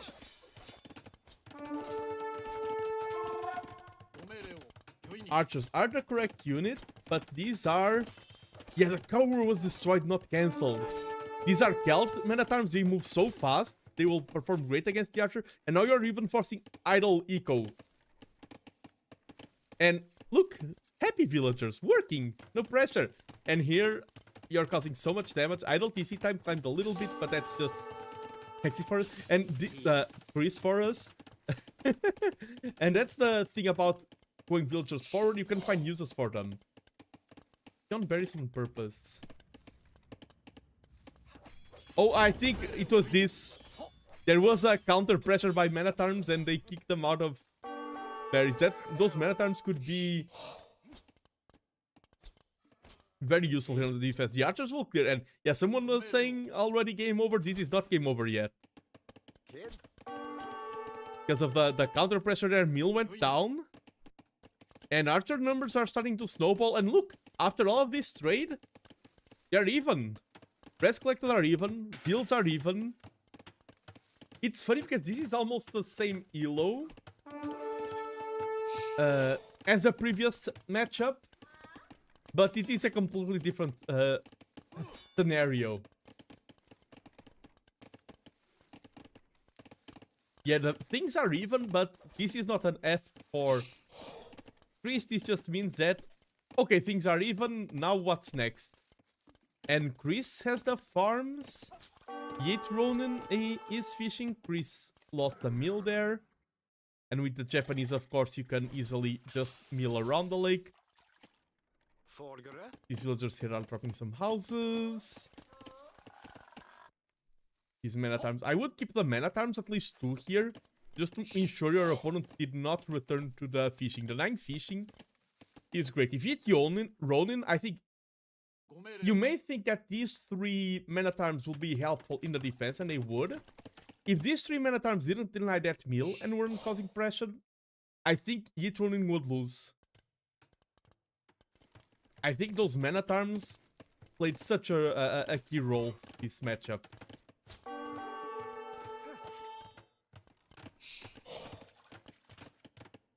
Yeah, Chris going trying to snipe some villagers, but as soon as he doesn't find the damage, he backs away. Oh, meal here? Now for Chris, using those 3 villagers to fish. Quick walls there on the palisade. Not on the palisade, on the gold. Yes, quick walling our palisades. More walling there. This map is kind of tricky because it's easy and hard at the same time because you have a lot of trees through, but there's lots of tiny gaps everywhere. And I think Chris is thinking of Castle Age. He's going a lot on gold, adding the market. And hello, Dumbcube. Welcome, welcome. I think this will now be followed by a fast castle into Celtic Siege. And if I remember correctly, the Chris special is 1 Scorpion and 1 Mangonel right away. Defensive tower. Good reaction. You need to protect your gold.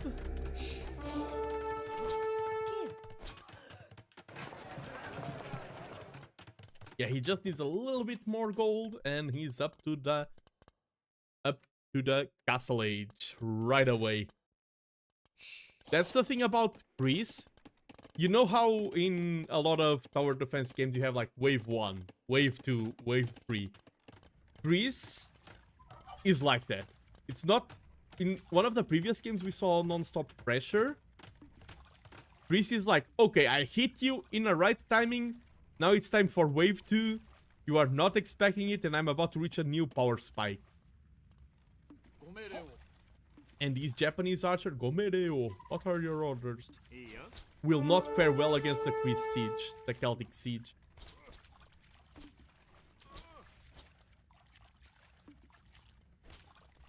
Just hydrating.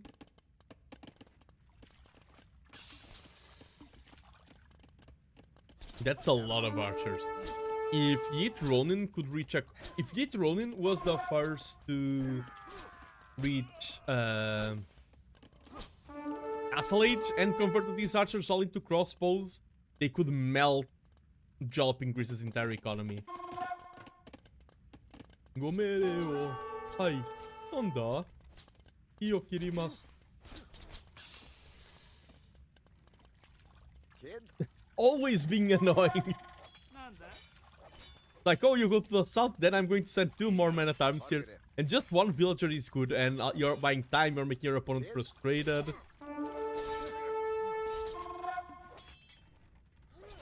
That villager does get sniped. And now, if you're Heat-rolling or... Oh no, I'm on the way to Castle Age, but I just clicked up, and we do see the Siege Workshop. And I'm betting it's gonna be a Mango and Scorpion. I think that's the Greece special, and we do see 10 mil armor and Long Swordsman. So they are about to turn into some beefy Long Swordsman, those men-at-arms. A Scorpion. Where those will come from? Which...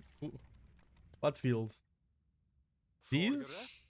Oh, I think... Ooh, they were going to that gold camp, but the scattered men-at-arms from earlier are paying their worth in gold. Okay, 2 Scorpions. I think it's maybe 2 Scorpions and a Mango. I don't remember the exact Jaloping Grease recipe. But the Scorpion is just so annoying to deal with.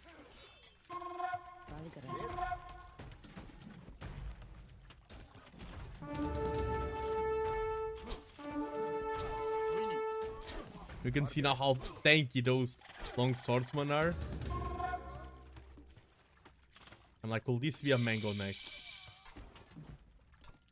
And just, like, it's not that common to see aggressive Scorpions just harassing villagers away from positions. 18 archers is scary. 18 archers is not that scary. 18 crossbowmen is extremely scary. 18 crossbowmen with Vulcan arrow, and then if there's enough time for ballistics even. Ooh, the knight there to snipe the scorpions.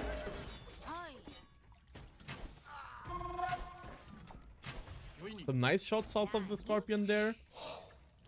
Keep sending more scorpions. Yeah, I think now that the knights are on the field, scorpions are a better choice. Ooh, that's a lot of damage. A lot of damage on those. Ooh, they should be scattered. No, they are perfectly in line. No, disaster. They are so low now. That engagement was a disaster for Ronin. He had a better unit comp. Oh no. Oh no. This is the dream of a Scorpion player. Pogo. Yeah, that was a perfect line. They have 89 HP combined Domino Day.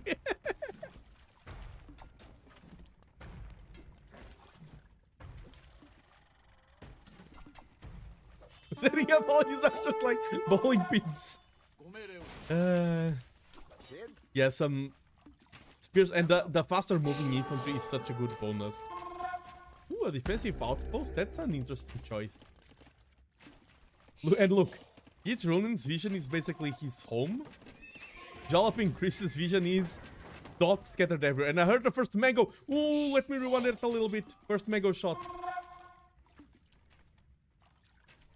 Why was he showing map at that point? I don't think it was that juicy, but it was still... Yeah, 2. Okay, only 2. Yeah, they are so low, the archers. You see some cavalry archers, but the problem with cavalry archers is that you need a mass. You need to keep them alive.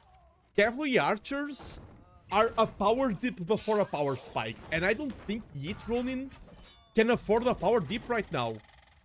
Cavalry archers make you weaker before they make you stronger, in my opinion. They are Japanese cavalry archers. They are better versus archers, but there are no archers on the field.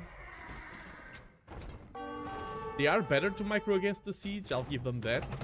Yeah. I like how Jaloping Greece just has freaking villagers everywhere. Just to repair a villager to house here.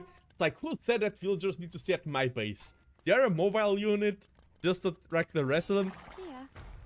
You can box. I don't have the mod here. You can take damage. You can stab. You're a military unit just like the rest of them. And just doing a good job. That's what Priest does. Is that he gets these armies. He's used to controlling them. And he squeezes out a lot of value from each unit. A lot of players there would have mangonelled their own army. Priest is paying attention. Ronin though, to TCs, there is a chance that Ronin survives this early onslaught and stabilizes. Is it worth making the Scorps instead of just straight mangoes? Yes! We did see the Scorps getting a lot of value there, but there's a lot of arguments for Scorpions.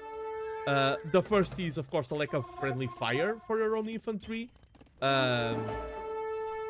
Mangoes are more all or nothing with their shots, while Scorpions can deal damage over time. Scorpions, you can build more of them. They are harder to snipe. Like, if you snipe a Scorpion, the damage that you take is a lot smaller than losing a Mango. Did you say about... Oh, did I miss that? The Chris stunning his own units. GG is called. And yeah, Chris's unrelenting pressure. This is Chris's playstyle. Army forward, and then if he sees that the army isn't paying off, he gets a quick castle each timing and then adds some siege. GG is called. Well played for both of them, but Jaloping Chris does win set number 1. And now Ronin knows what to expect for set number 2. Ronin, when freaking Captain's mode is of King Afonso V. I have that set up like to get the names automatically, so I can't change it. Map 1 goes to player 2, Jaloping Chris. here in the draft. Wait, I added the spot the wrong way around. And for Civs, had the Mighty Celt taking down the Japanese for map number 1.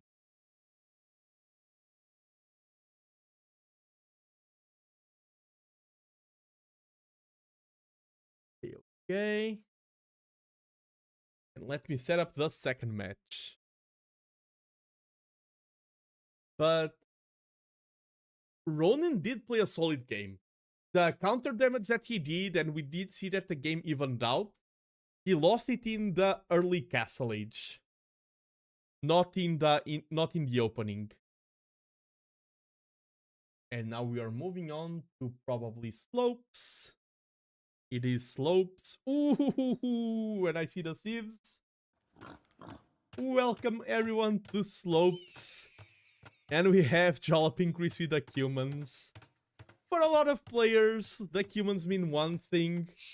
For a lot of players, humans means, oh, I can add a second DC in Feudal Age. I can start booming. I can run away with the game. A lot of players forget that there's one bonus that exists also outside of Arena, which is Siege Workshop available in Feudal Age. And Archery Engine stables are cheaper. And I have a feeling that these two bonuses will be way more relevant than this one. Especially this one. I have a very, call it caster intuition. I think this bonus will come into play and not this one. But we'll see, we'll see. You see here, this says Cavalry Civilization. I think this is fake news for this match. But let's introduce the players. This is Slopes, one of the... It's funny we have a tournament with so many exciting maps. And today I'm just casting maps that I already know quite well. This is Slopes. Chris? Okay, he does have Golden Stone in the back. Is it a blue color commanding the humans with quite a lot of Golden Stone in the forward? Wait. I prefer Ronin's map spawn. Even though Chris also has this in the back. This stone is quite bad. I think I would prefer Ronin's map. Either way. But yeah, Ronin is in the green color, commanding the Titans here. Already pushing in the deer from the northern pawn. Sounds badass, the Ranciv humans. Can you stop the Rams? We'll see, we'll see.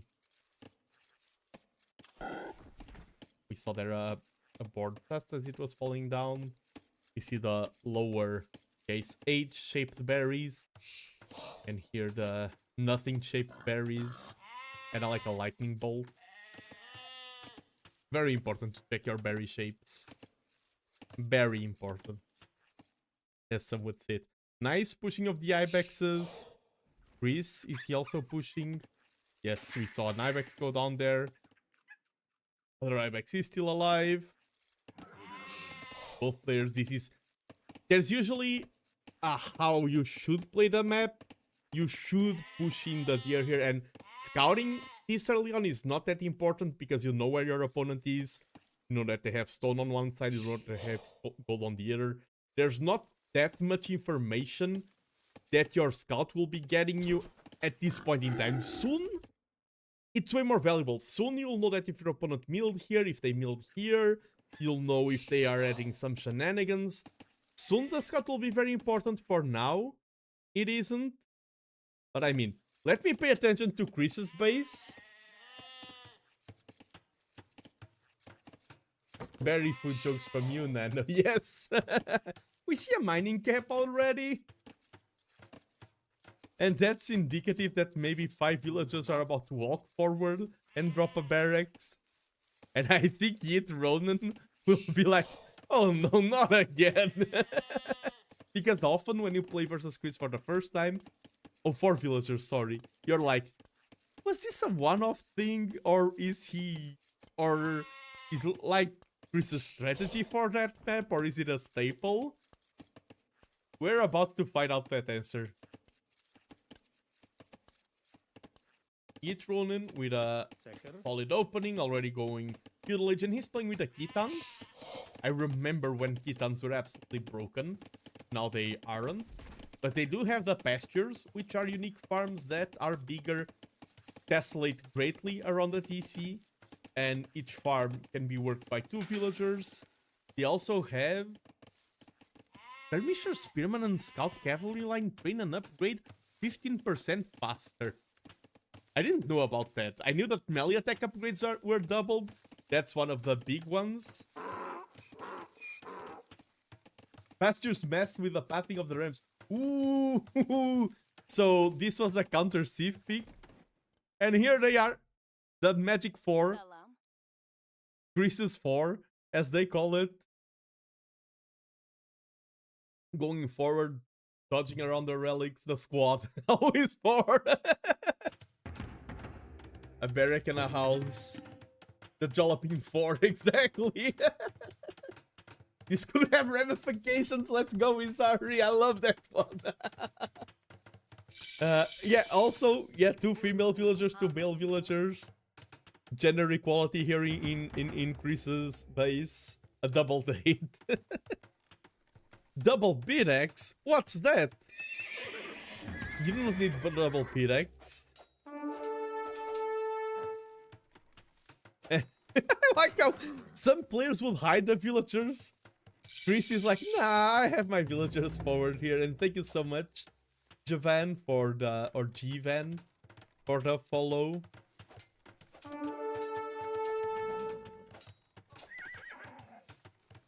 Yeah, 2 archery ranges. Just 1 spear, 2 archery ranges, because humans have cheaper archery ranges, so you can just drop 2 of them. And thank you, Nikito, for the follow as well. Thank you, thank you. Yeah, villagers. I did say, a lot of players forget. The villagers are fighting units. Look at them swords. Look at them blades.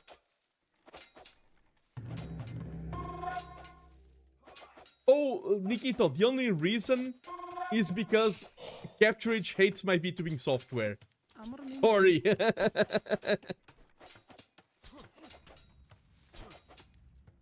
They have scimitars. Are those scimitars?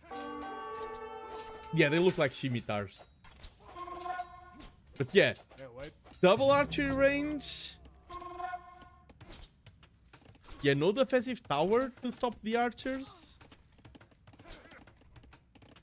Or a forward tower. Yeah, Chris tower. But yeah, I agree. No tower for Chris. I think Chris should.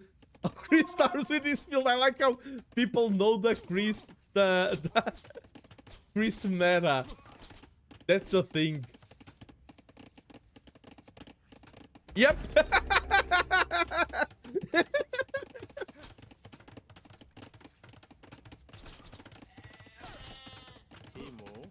Yeah. Forward field siege. Exactly. Greece is the red phosphor of the Medielos. I might know him at this point. And that's the thing. Like, our base knows this. Will our base be able to stop this?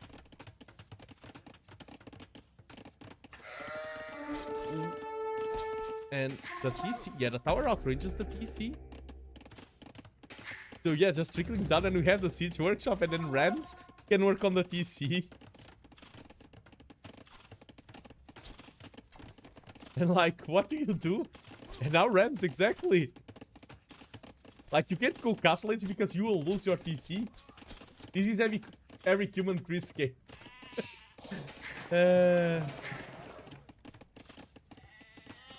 The market is just one more target for the Rams. And this is why you ban humans versus Chris, exactly. Oh, I do like the villagers going to take down the tower, but there's so many archers, they can't do anything. Like, all bases are covered for Chris.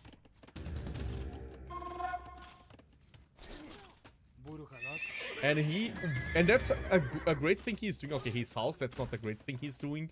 A lot of players would be like, do I go one Remy? No, that's not enough.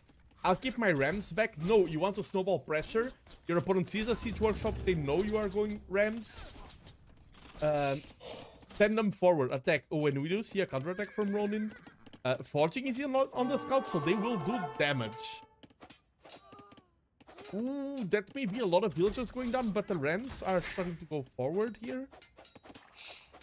Oh, the scouts are in no attack stance? That's a disaster! That's a disaster! They should be in aggressive stance.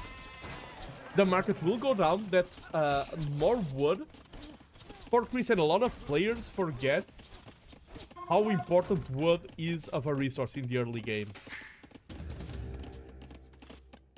And Chris just dealt like the Knight of Stables, the Knight of Market, and now he's attacking the town center, and those archers are ready to pounce on the villagers as soon as they eject. Yeah, you can do some damage to the... Oh yes, exactly. There are unforced errors and forced errors. This is a forced error.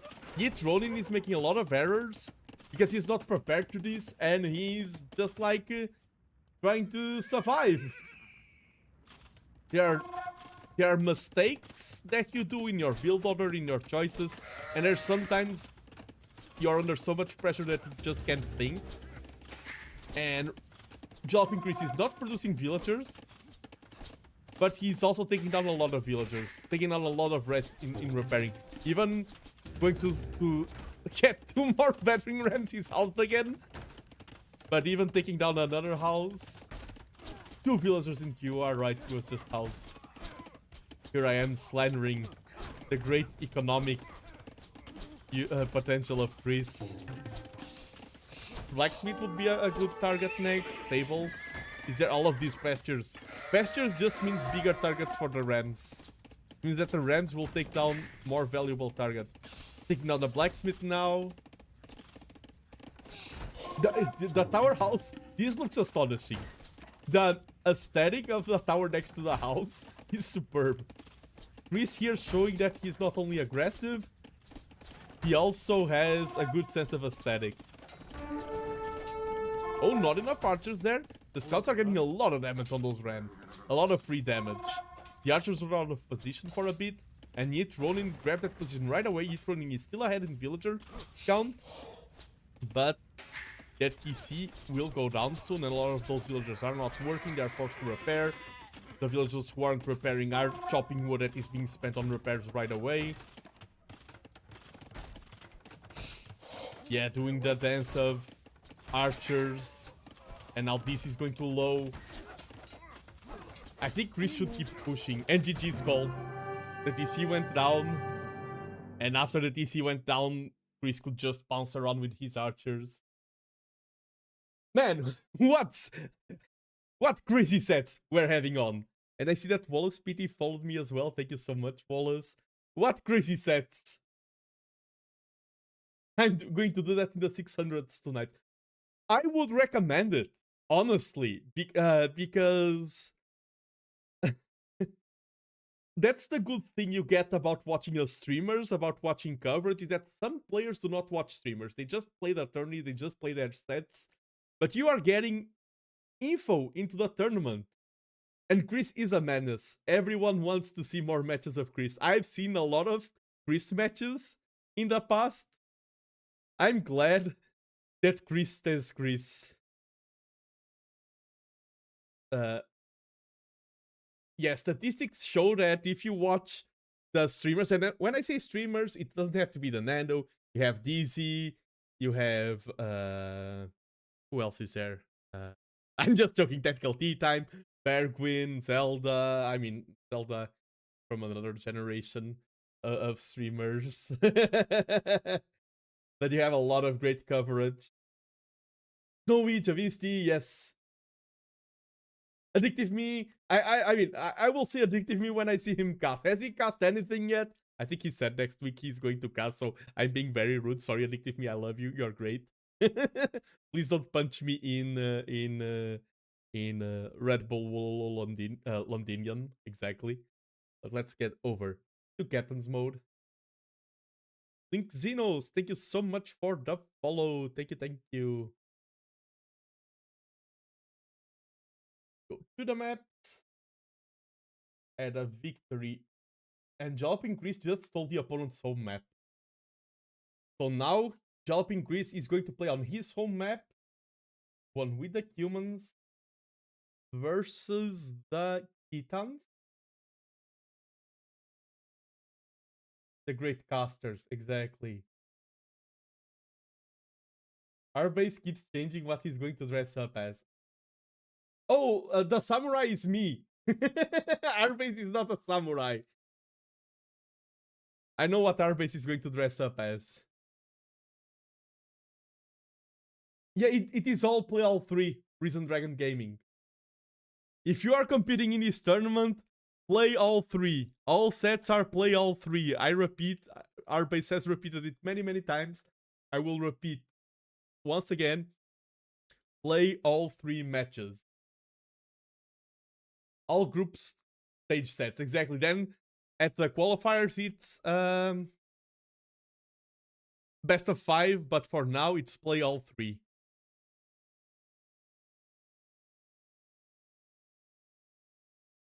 Let's get over to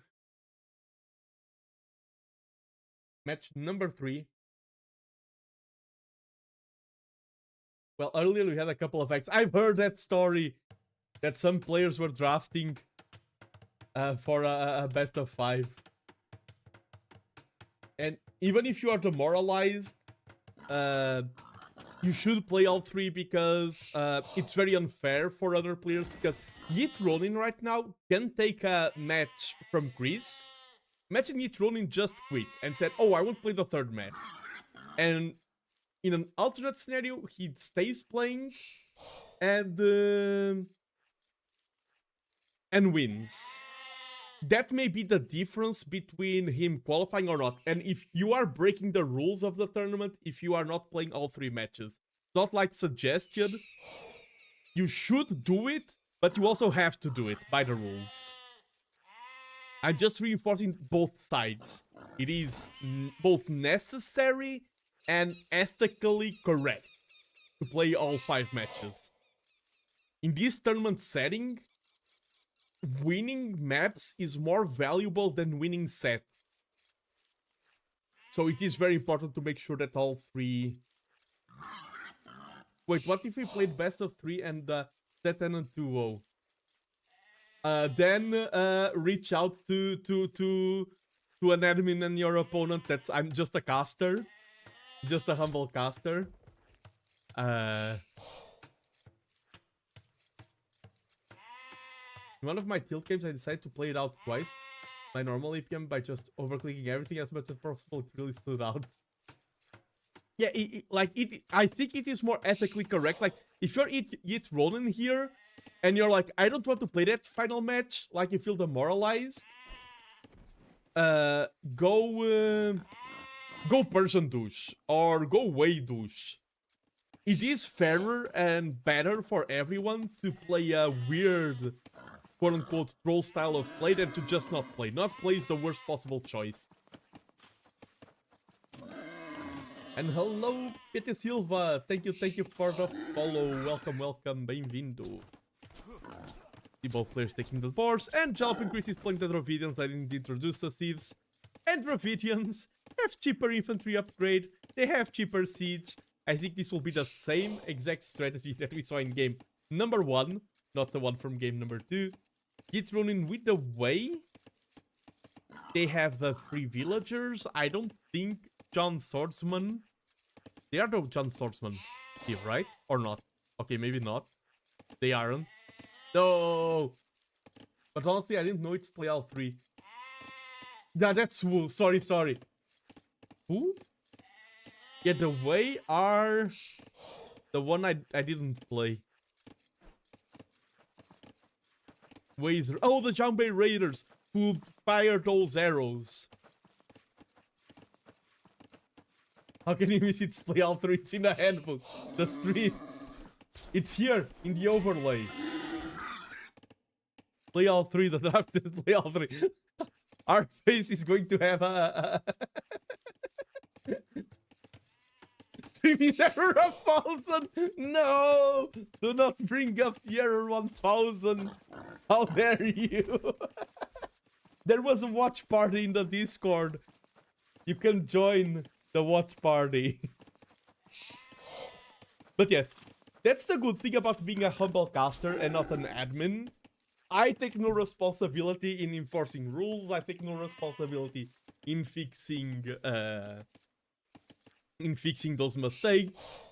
That's the job of the admins, and Arbase is here, and Arbase is always there. He's always watching. If you're streaming and you have one viewer, it's Arbase. If you have streaming and you have 0 viewers, Arbase is behind you watching the stream. He's always there while we watch the Jaloping 4. But if you have any issues, you shouldn't contact Arbase first. Go to your bracket sheet, check who your bracket admin is, and he should be your first point of contact. Let's not overload Arbase. It's the Jaloping 4. I like how D1100 just joined. Just said like, oh, any crazy strats? The matches have been superb so far. I don't think we've had any, I'm going to call it a normal match yet in this entire stream. I haven't casted. These players are picking the most normal of maps. I don't think I've seen a normal match in the entire set. Shout out to the admins. Yeah, salute to the admins of TTLC. Oh, this is not live because there was patches today. I will be casting 2 live sets this Friday. Even denying the barracks, taking out the scout, delaying the barracks, and the bully boys are in. Yes, Friday I will cast the casters.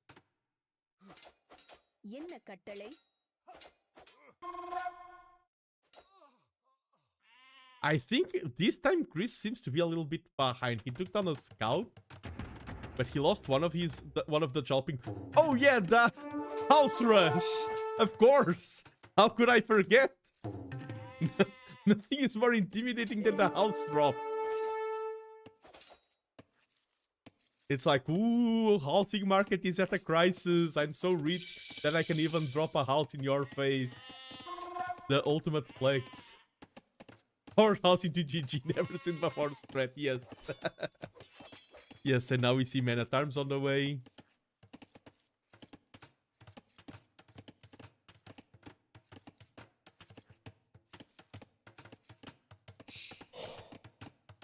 We see archery range. Dravidians, do they have bonus for the skirms? Yeah, could be skirms to already counter the archer. Dravidian skirms are great. Oh, Dravidians have cheaper, they have plus 200 wood when advancing to the next stage. Barrack technologies are cheaper and skirms attack faster. I played quite a bit of Dravidians once the infantry got buffed, and I think a lot of players overlook how strong Dravidians are. And no reaction from Yetronin! That was such a long time. Oh, yeah, but we were talking about early bonuses. That's more of a later bonus. No reaction!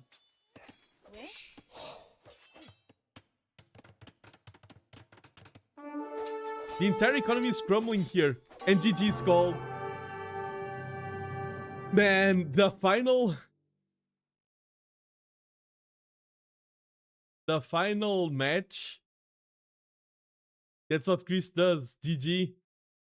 And I think here the opponent was just tired of dealing with this. Like the mental fatigue and everything, it drains you. Yeah, exactly. I think this was the mental damage was way too strong at this point. Crazy pressure. GG. And because this set was particularly fast, I only had 2 planned, but let me check. If there's a third uncast set, I may grab it. If all sets have been cast, I will end stream. If not... Oh, the other 2 games were same rush. Same 4 villagers going forward. These were 3 rushes. GG Jaloping Chris, a force to be reckoned. And Yeet Ronin.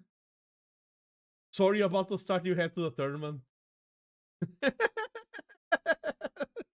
It is an experience to fight against Jaloping Chris for the first time.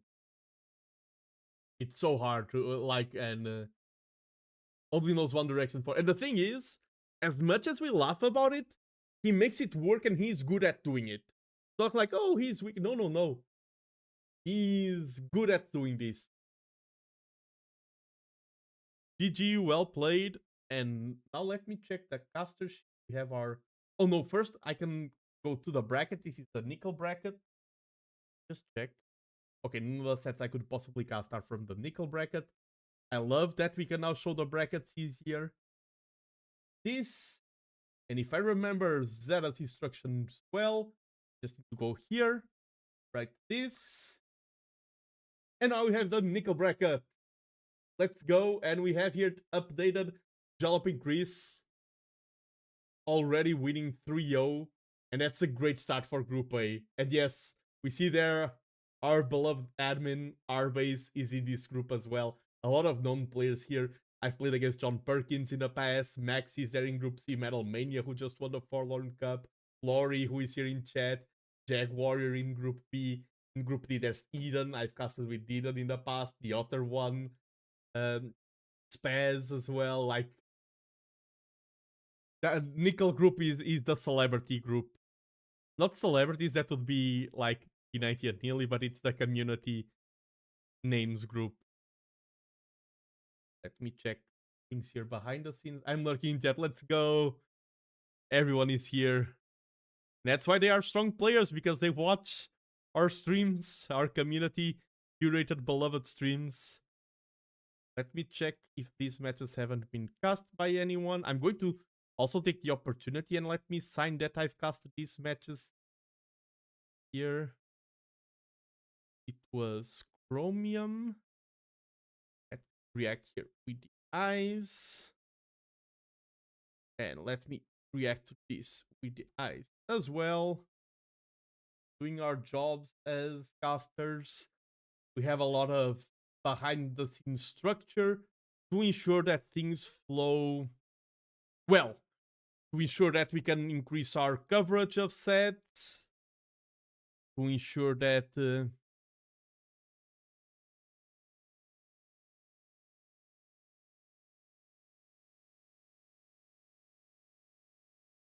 oh, the overlay Saturday arrives. Yeah, on the weekend.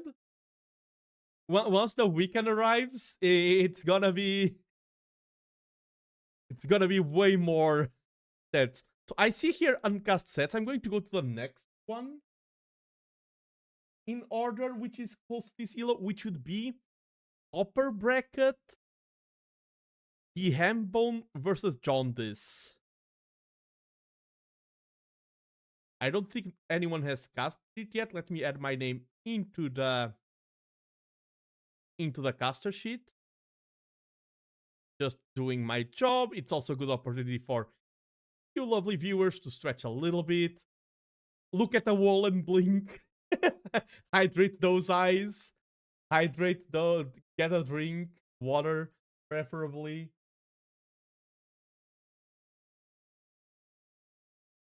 We want aggro mouse? Okay, I'll cast aggro mouse. Everyone's shouting aggro mouse. Everyone wants aggro mouse. Item and aggro mouse. Okay, okay. The people have spoken. I hope someone grabs the other set. The people have spoken and they want aggro mouse. Oh, that's the wrong set. Aggro mouse. Oops, I almost misclicked something. Add a link to my stream. The new bird in the word. Oh lord. What's aggro mouse? I have no idea what I'm walking myself into. I hear so much aggro mouse. So I wonder I'm going to get to meet some new names now.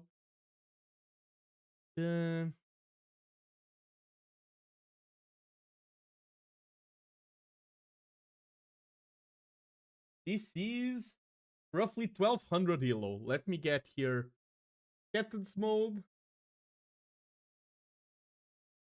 Let me get their drafts up. That draft. Steve's draft. Oh, let me. I should reset the score before doing this because it's very misleading to have the numbers there before before the set has been started. Now let me just write down that I'm going live for this live stream announcement. Now covering aggro mouse versus dark artist.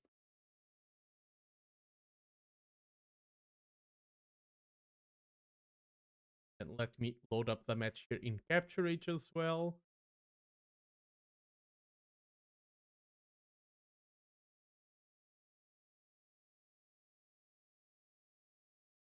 Oh yeah, go ahead, go ahead. I know that for a lot of Europe time zones, it is getting late. And don't worry, Dizzy. I prepped 4 sets. This was one of them. I have all their data here. Thank you, Jaguar. Thank you always for dropping by. Thank you, thank you. Agromos 1206. And good night, Arbase. Good night, good night. Thanks for dropping by. Hope you're having a good time. Not just working for the competition. I hope you're also enjoying the fruits of your labor. One night closer to Red Bull Wool. Oh yeah, that's gonna be hype. Gonna be hype. Ooh, we have Britons. I like aggro mouse. Everyone was cheering for aggro mouse. I like aggro mouse. We have Britons. Bonui nos dá.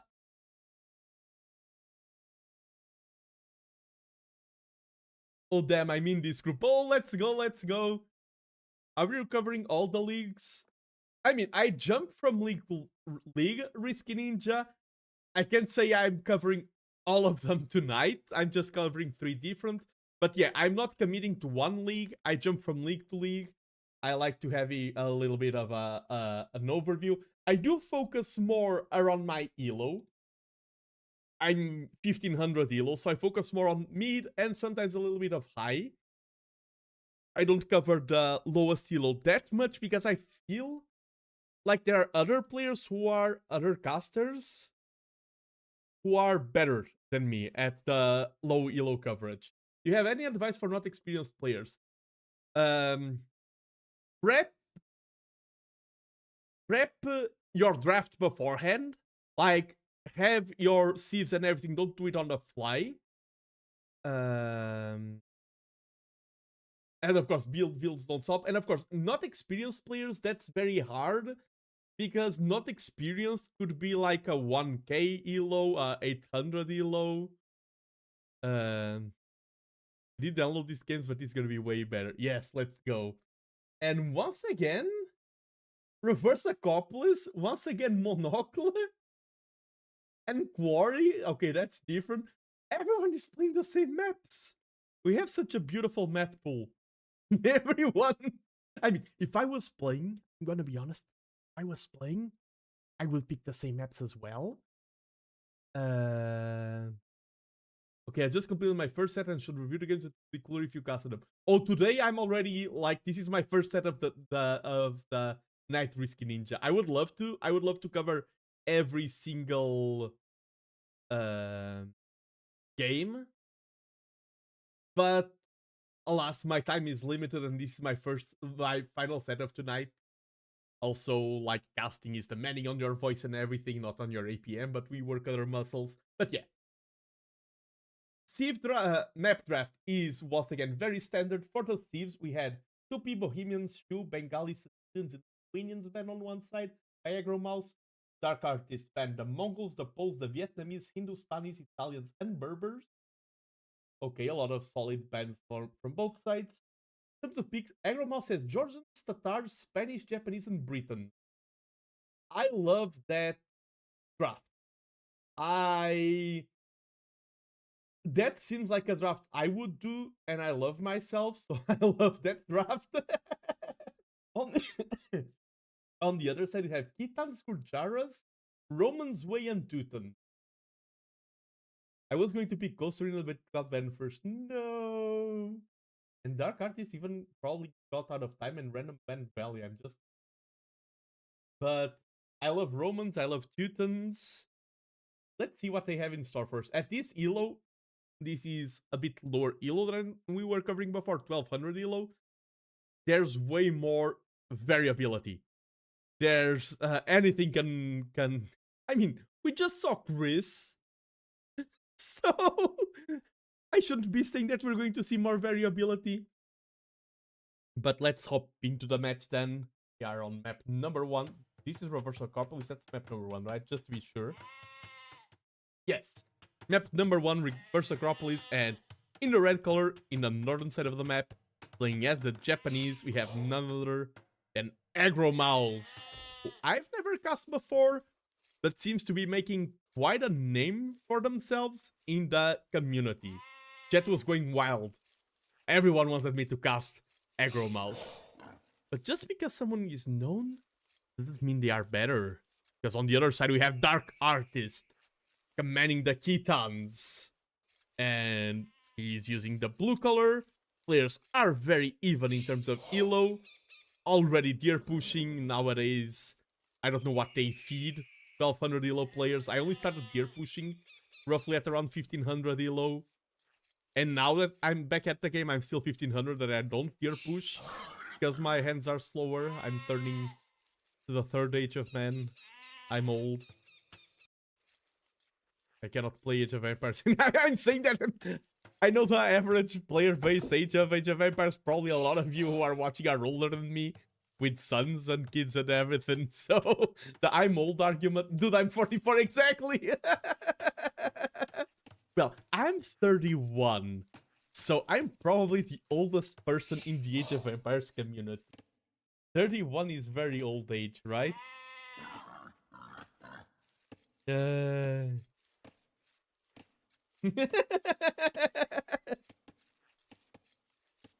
Nah, I know.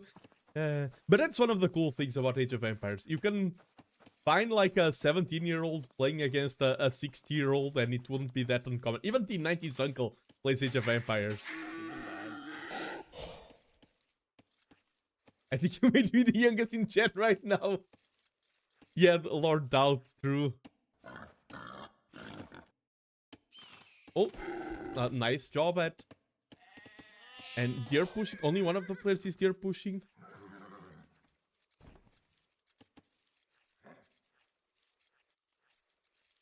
No, that's an Ibex. Both players are deer pushing. You're gonna be a kid in London. Yeah! You know those hats that have like the rainbow colored hat with like a propeller blade on top that you see in the movies? And like the swirly lollipop? I'll be at Red Bull Wool and I'm like, hey everyone, TheNando. Yeah. My son played the Rocket League at 6. First people, imagine coming home from work and getting your butt kicked by a 6-year-old. I played Rocket League before it was cool. I recently got a new setup for my PlayStation 3. I'm a PlayStation 3 gamer. I played a lot of PS3. And I was checking my games, and I have there one of my favorite games from the PS3, which was Supersonic Acrobatic Rocket Power Battle Cars. And if you do not know Supersonic Acrobatic Rocket Power Battle Cars, it's basically Rocket League before it was known. You can Google Supersonic Acrobatic Rocket Power Battle Cars, and you will find that name. It just rolls off your tongue, just like Rocket League. I don't understand why Supersonic Acrobatic Rocket Power Battle Cars never picked off, but it is the same game as Rocket League. Yep, it was Rocket League before Rocket League was Rocket League, exactly. And so far, I just see clean opening from both of these players. And we can talk map gens while we wait. I don't need to only go in ramblings of a madman. 2 golds on one side, 2 stones on the other. 2 golds on one side, 2 stones on the other. Both are quite far away from the T center, the TC. It seems all very balanced. Instead of having a... very balanced. Of course, Japanese versus Titans. Titans have great cavalry. Japanese have great infantry. I kinda... In this specific matchup, I slightly prefer the Japanese. The faster attacking infantry, like Titans are good at trading and everything, the faster attacking infantry can shred units everywhere. Host here, I think it was probably Aggro Mouse, but I'm not sure. Okay, let's... It's a good map for Stepladders, true. The problem is that because Japanese pikemen attack faster, if the steps aren't in a group, if you're just scattering raids, Japanese scattered pikemen are actually good. Aggro very late up middle. Yeah, he went forward with the militia. Let me just check real quick who the aggro is the host. And let's see, he needs to find damage. The intention was there, but he doesn't have the build or execution. Forces a delete out of a TC. Nice attempt at blocking with the scout. But 18 villagers is rough. No, that's for Dark Titan. Sorry. Aggro Mouse with 24 villagers. Sorry, I was completely misreading. Aggro Mouse has the field lead, but is clicking so late for Feudal. Yeah, getting the lumber camp down, I feel like the delete may have been an overreaction. Stable? I'm not a big fan, and yeah, we see gold already being made. I'm not a big fan of the stable, because you're playing against the Japanese. You want to play to your strengths, but you also need to consider your opponent's strengths. I would like a few archers here, but it's not bad. Some scouts can dominate, and these are militia, they aren't men-at-arms. Villagers should and are fighting back. Correct call by Dark Artist to just fight back with the villagers. If they were men-at-arms, this would be the wrong choice. They are militia, fight back, wall them off, you're safe. Good reaction by Dark Artist here. Could have... The delete here was a little bit of an overreaction, but I think he's pulling off a good defense. Not a lot of players at TCLO can pull off this type of micro walls of... like doing small walls. Even sighting to militia there with the scout. And now get the second scout on the field. So, Dark Artist opened really well. Didn't lose a single villager to a rush. I prefer Dark Artist's position. And sometimes it's easier to attack than to defend. Dark Artist made the defense seems really easy. Holy house wall.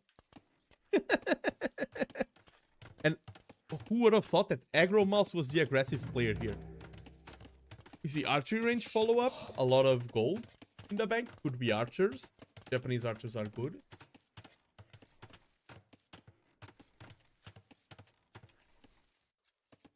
I don't think we'll see going straight into CA. And your cultist, thank you so much for the follow. It's like using condominiums as defense. Yes, and... Oh, Men-at-Arms being researched, delaying the pikeman. I mean, there's one already here, the spearman, sorry. And if forging was in, they would melt villagers. Forging isn't in, these scouts aren't that threatening. Titans, if I'm honest, at this point, I would not add the archery range. I would get domestication and just go full scouts. Add a second stable, add a lot of farms. I like the doubling down on, or instead of second stable, first barracks to get forging, second stable later. I like doubling down on the scout aggression with Titans. Nice reaction there. And here, a little bit of counter pressure could force some mistakes here with the scouts. They are surprised by the great condominium walls. Yeah, that's the thing about scouts, is that if you don't babysit them, they melt in seconds. Especially 3 scouts, they really melt easily. They do clear up here the defense. I think the militia walks into the TC. Yeah, exactly. Many times went in and they died. We see 2 scouts here. I think there's too many. So now, this is the type of point where I think a lot of scouts can do something. Few scouts should be defensive. You shouldn't attack with 2 scouts. If you have 6, 7 scouts with forging and upgrades, attack. If you have like 2 scouts, keep them on the defensive. Like attacking with few scouts doesn't deal a lot of damage. Yeah, aggro defended and aggro? Good. A lot of gold. Could drop a market and buy his way up to castle. And then maybe start messing the archers or transition into CA.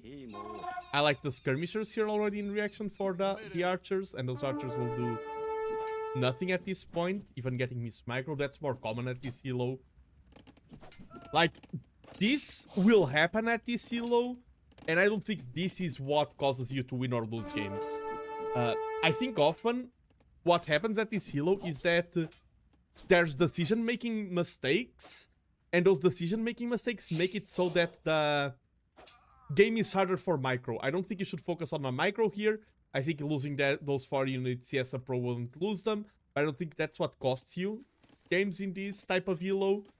I like wheelbarrow on the way, but what's costing the game here for aggro mouse is lack of market. Gold is a good resource, but right now gold is not doing anything. Iron mouse, yes.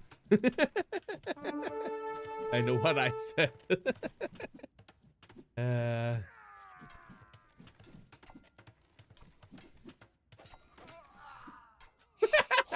That analogy, recent Dragon Gaming.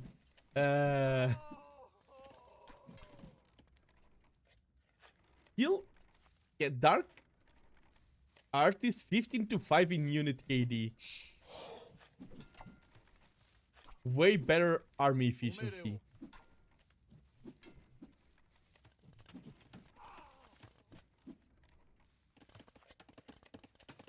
And Dark Artist is now... And look at how... That's the thing. Aggro Mouse has so much eco, but isn't spanning it. Aggro Mouse could have clicked Castle Age a lot earlier, but now Dark Artist is... And at this elo... you should... as I said, you need to focus on decision making and strategy. A lot of players are focusing on one small aspect and overlooking one huge aspect in return. Here, if I'm aggro mouse, the number 1 tip I can give to you is look at this. Look at the top left of your screen. Don't just send villagers and automate things. Look at your eco balance. I've also been thinking Iron Mouse the entire time. Yeah. Oh, thank you, Dizzy. Dizzy bot. Roll out. This is the play. Yeah, you get tunnel vision, and you should do in these games, like your tunnel vision is your biggest enemy. You should do this before. Yeah, and now you click up to castle. Samurai, no, Samurai don't have bonus versus Step Lancers. Samurai have bonus versus unique units. Step Lancer is a regional unit, not a unique unit. There is a distinction. I think so, at least. I think most of the big AOE2 nerds are now sleeping at this time. So... yeah, those 2 scouts with 3 kills. He's the first to Castle Age, getting kill barding armor, and now starting the Step Lancer. It's not considered unique. Yeah, I thought so. The Step Lancers now will melt everything that's on the field. the difference in Castle Age timing is very significant here. Adding another stable, 3 stables in total, so really stabilizing the unit production. Getting forging now, so go ahead. The world is your Dark Artist. You held the Dark Age push. You had good army control.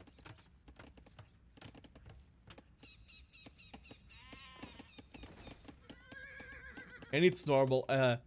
The other game I play is Go. And Go has kind of like the same rules for the past 2,000, 3,000 years, 4,000. So Age of Empires changes at an hallucinating pace compared. These are so many step lancers.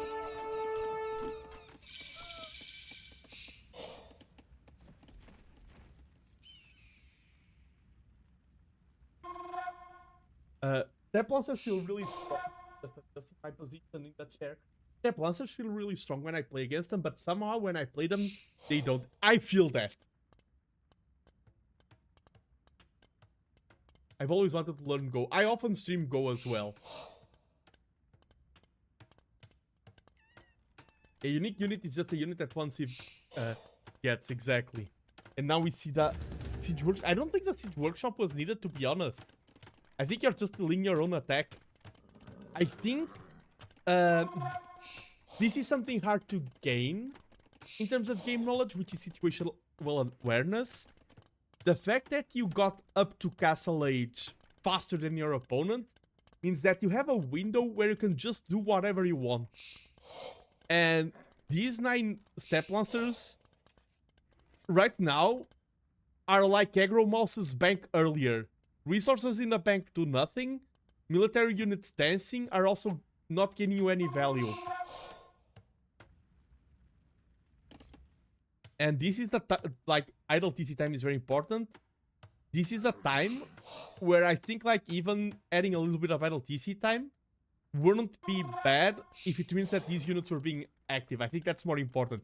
As I said before, and that's what I felt when I got coached by Hera, because I got coached by Hera 4 times already in the past.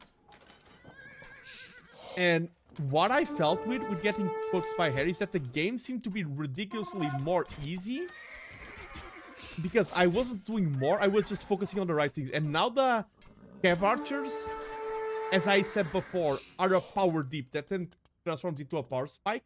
Transitioning to Cav Archers makes you very weak while you are transitioning, and then extremely strong once you have them.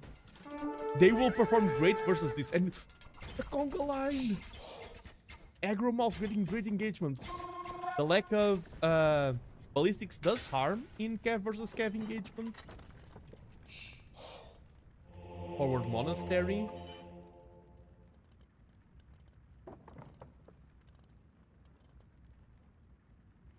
Dropping a castle here. I don't dislike this castle. On top of the hill, securing the gold more towards your side of the map. Could be a little bit more for, but I don't dislike it. RCA is easy to convert. No, because they usually snipe the monk right away. Scorpions are a good counter to CAs.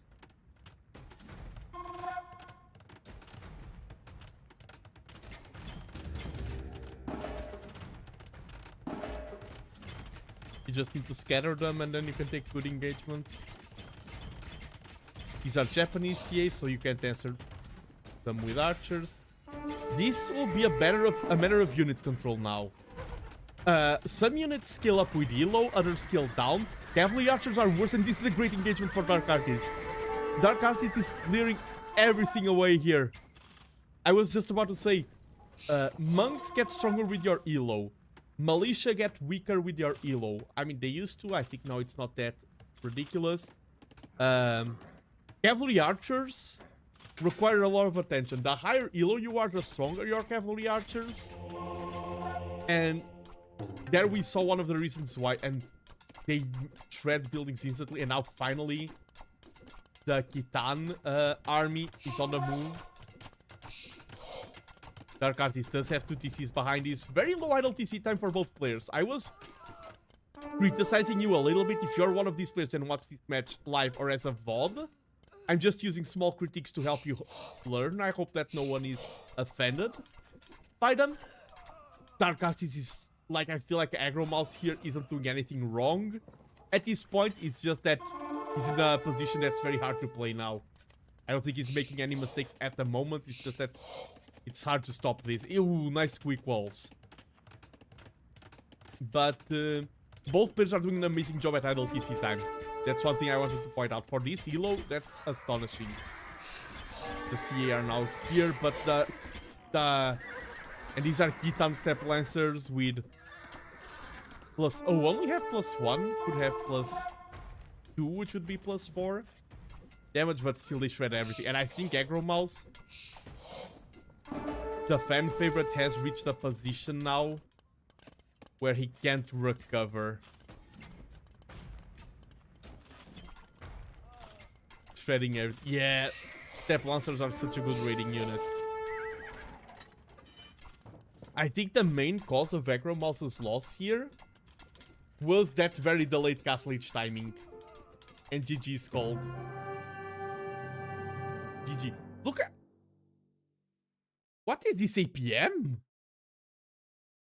60 APM out of both of them? Well, I'm even more scared now. They are that no Aggro Mouse. But also, like, when we have a fan favorite, we also need to talk about the other player. Well played, Dark Artist. I feel like both of these, if I'm honest, I think both of you have a lot of really good basics. Because sometimes the next step towards your evolution as a gamer, it's like, okay, you need to micro faster. That, how do you enforce that? How do you improve that? I'm so happy I'm not in this bracket. They played it. I agree. And I feel like both Aggro Mouse and Dark Artist played really well. And I think what they have to do to improve, which is some strategic decision making, is not that hard to change. I honestly think these two players, sometimes we see players that end TTLC with like plus 200 elo, like they end at the 1400 elo mark. I think they both have their potential. And hello, Gopherman. APM stands for actions per minute.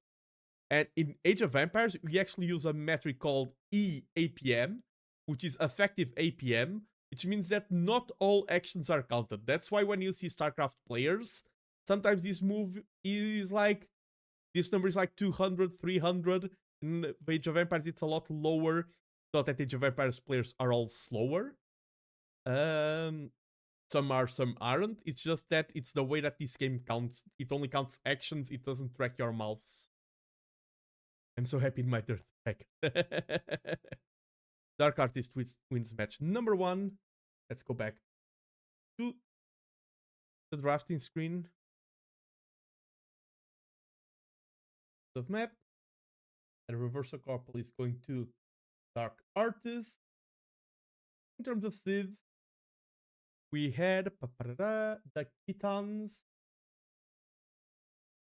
triumphing over the Japanese. And Khitans were Dark Artist first. Big fellow third. Let's go.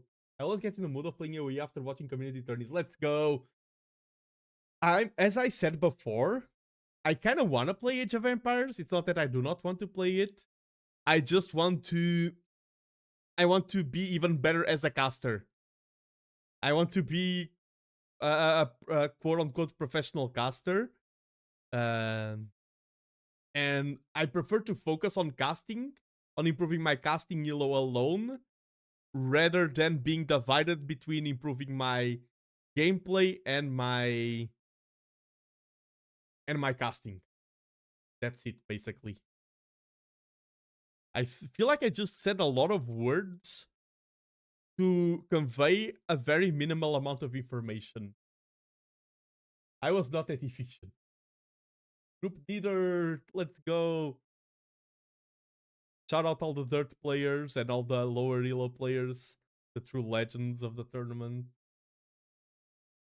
Set up everything here. And we are moving on to Aggro Mouse's home map. It is quarry time, and we have Dark Artist in the north playing as the Gurjaras, and in the south we have Aggro Mouse with the Georgian. Yeah, politician skill to say nothing with a lot of words, also streamer skill. Age of Empires provides me content. The other day I did a stream that I was chatting with VTuber friends, and I just talked for 10 hours. 10 hours of streaming, and I could go for way longer. I'm a professional yapper.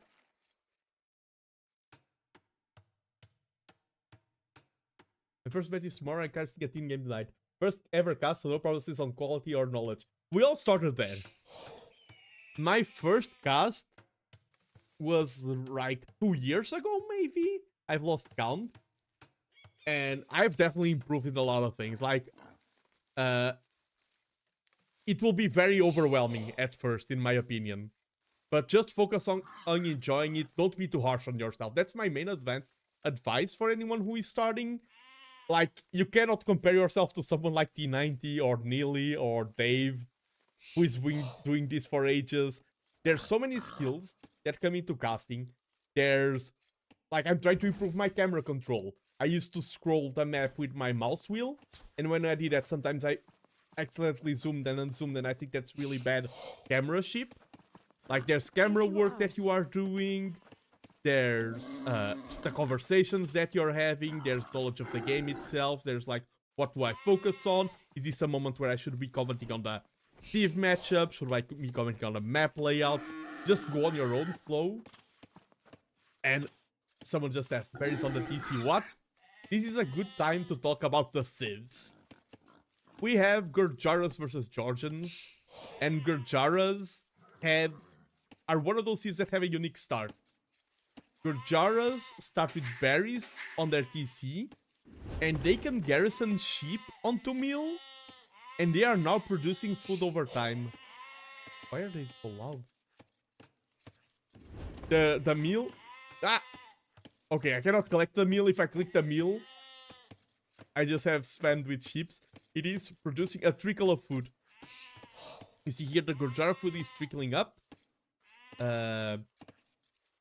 Even pushing deer, these players at this yellow map. So Gurjaras, these will keep giving food throughout the entire game. Ideal play, you would inject like 1 or 2 sheep at some point in the opening to guarantee good food flow and things like that. But if you just keep them all there, it is a good opening. And in the south, we have the Georgians. And Georgians used to be one of the strongest civs in the game. I think now they are mid to weak, if I'm honest. Of course, they still have the fortified church. They still have the warrior priest. They still have regenerating cavalry. They are not mid-weak. I just remembered they have the Monaspa, which is a great unique unit. Yeah, the units can regenerate. Units and buildings receive minus 15% damage when located on higher elevation. That's very relevant for this map. Because quarry, you can chop these trees, but most of the conflict, especially early on, is down the center. And if one player is aggressive, it's very easy for the other to form a defensive line here. The heals do play a huge role in this map. Both players doing an amazing job at pushing here. Even though the Civ matchup does favor Dark Artist here. Dark Artist is playing the Gurjaras. They have great camels. One of the best camel civs in the game. And I think that will really help. Armenians get warrior priest, not Jordan. Thank you, thank you. I forgot. I thought both of them had. Both have fortified churches, but only Armenians have warrior priests, and both have the mule cart. The unique, not unique, but the regional resource drop-off building that is mobile. Oh. A little bit of a dance there with the scout. 3 HP. That makes warrior priest a unique unit. Oh, true. Exactly, not a regional. And I think the scout, the camel there, will soon reach feudal age. Will get a boost to its speed. If you can find that scout you do. But the scout did have good pathing. Georgian Church boost eco, Armenian makes priest. Okay, okay, makes sense. We see Loom on the way, we see double Bedex. Nice upgrades. Your barracks. Stable.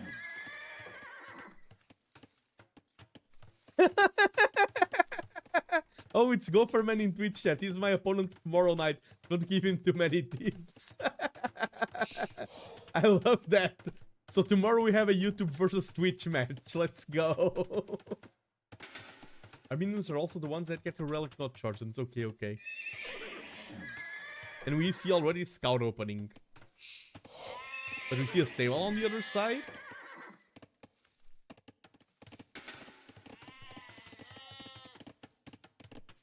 And scouts, so it will be scout versus scout. The important thing in the engagements here, scout versus scout, is you need to finish off Georgian's scouts. And I just saw, as soon as someone comments on the adult TC time, it starts climbing up. But it was like 2 to 4 seconds at the 10-minute mark. That's insane. That is an absurd idle TC time. What? I'm glad I'm not playing. I would be higher reload. Players now are scary. Yeah, here you want to take the heal, and you want to make sure that you take down the scouts completely. Do not let them go away to regenerate. Harass you a little bit. Wait, what? I heard my name. Oh, it's your opponent is on YouTube, Gopherman. Read the message that is on bottom right, because I'm casting on... I double cast. My streams are live on YouTube and Twitch. And in the bottom right, you can see both chats. And you can see Loco Zordin's message. A declaration of war. Not a declaration of war, more like a fun piece. Don't give him too many tips.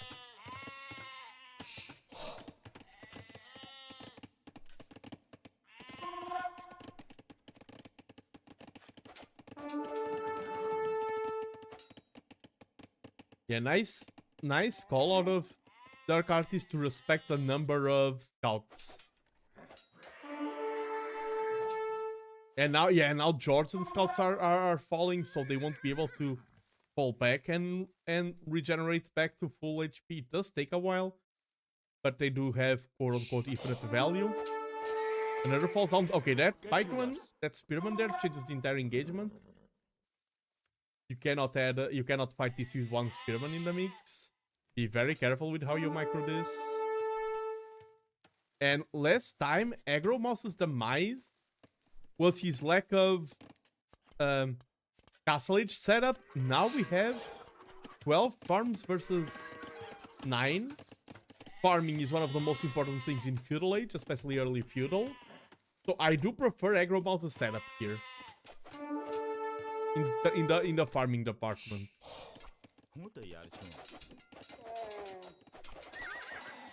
Rough battle to take. Retreat. Oh, that was a great battle for Aggro Mouse. Because of the... Oh, I didn't even see the cheeky little spearman there. That was what... Like, are both 3-3. Good Jaros are slightly ahead in the economy. They do have the sheep giving food.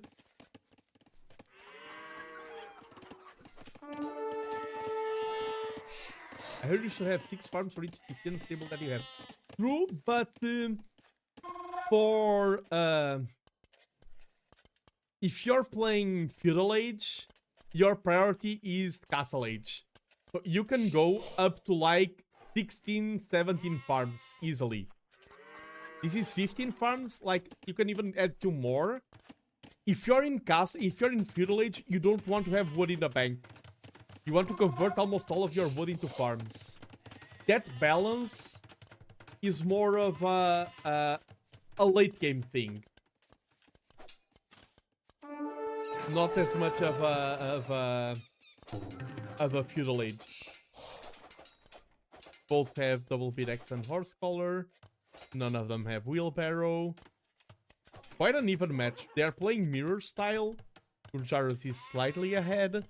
When it's mirror style, it can be very ruthless, because any little detail can snowball into a victory or a defeat. Nothing is more unforgivable than two players playing the same style. How is that Camel Scout still alive?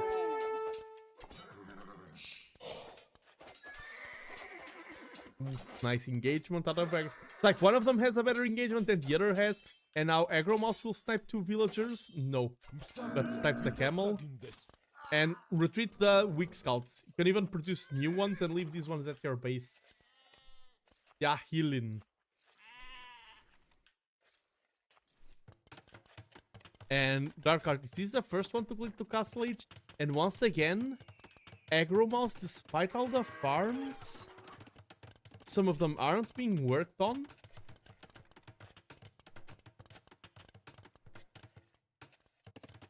Oh, I don't think pressuring Blue Zico is that important, because 3 low HP scouts with no upgrades will just melt to the villagers. I think keeping them alive is more important than pressuring. What he's doing right now, walking around, being a nuisance, I think if you just set them... Okay, this is bad. If you just send them straight to the eco, they will melt in seconds. It's one thing to win a battle and be like 8 archers or 6 scouts up.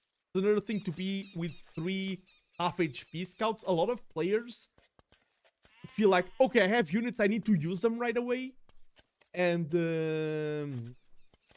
even though, yeah, he can force idle TC time, I think it's more valuable to keep the units alive than to gain those small advantages. I think a lot of players try to do too much.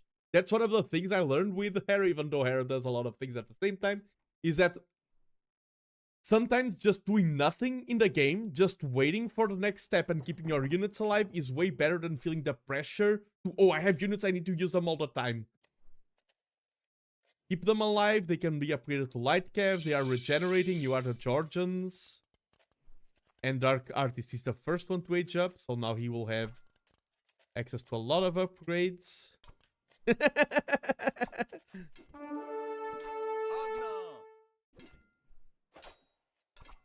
I like how... And scouts, for example, another thing. 2 scouts, park 1 here. Park 1... Okay, the other relic, where is it? Oh, it's 1 relic to each side and then the side. Park 1 here, park 1 here. And if your opponent is going for relics... Oh, nice, they are there. The problem is... Camels are on the way. And Aggro Mouse will need to adapt. Nice walls. Dark Artist went for more standard walls. I think Aggro Mouse's walls play more to the map. He should wall this later on as well, because of the potential of your opponent cutting the wood. But these walls are very nice. I would even maybe consider stone gating them. The fortified church. Monks are the correct play here. Monks are being played. I love to see it. I love when players do the right choice. Oh!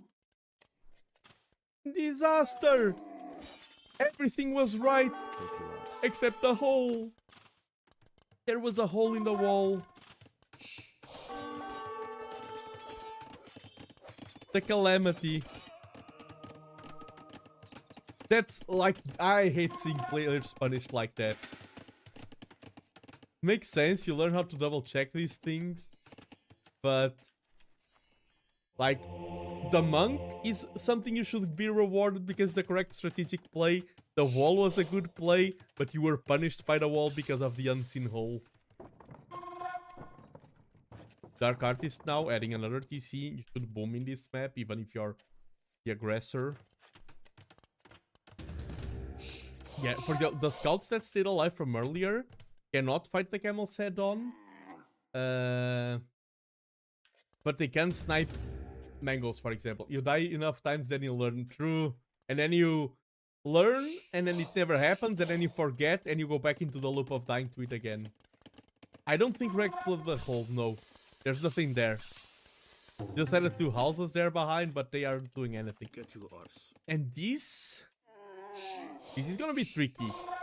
With good enough micro, the monks should always win this easily. but that requires micro and good targeting. Fervor is nice. Is Sanctity in? Sanctity would be great. Do they have Redemption? They do have Redemption. You get Redemption and Sanctity and you're, like, unbeatable here. You have the perfect defense. I do like the 2 meal carts on either side of the gold. And especially because you can move them. It's not the same as having 2 mining camps. You can then move them like here and now you have 2 meal carts on that gold as well. Aggro Mouse needs one villager needs a market or something to balance out the card. And now he uses his own hole.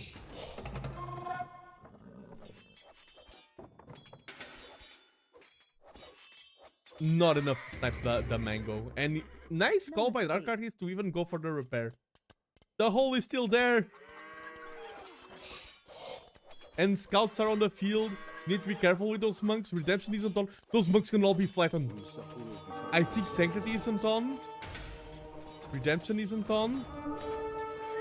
Yeah. You see the lack of Sanctity there? Oof. Oh, they all barely survive. Get to us. The healing there, monks healing each other will make them more survive. But Sanctity is such an important upgrade. If you're a new player playing with monks, it's so hard to remember which upgrades are needed, what are your priorities. Redemption is in. And I do commend, because I love monk play, I do commend Aggro Mouse for going for monks. But it is hard. Nice, nice. I want Aggro Mouse to win this one just because he's going monks, but it's gonna be tough. And behind this, our Dark Artist is adding the 3rd TC. He's not just all-inning. Look at how low the idle TC time is. 29 minutes of match, more than 1 TC. This idle TC, I'm offended by how good this idle TC time is from both players. This insults me on a spiritual level.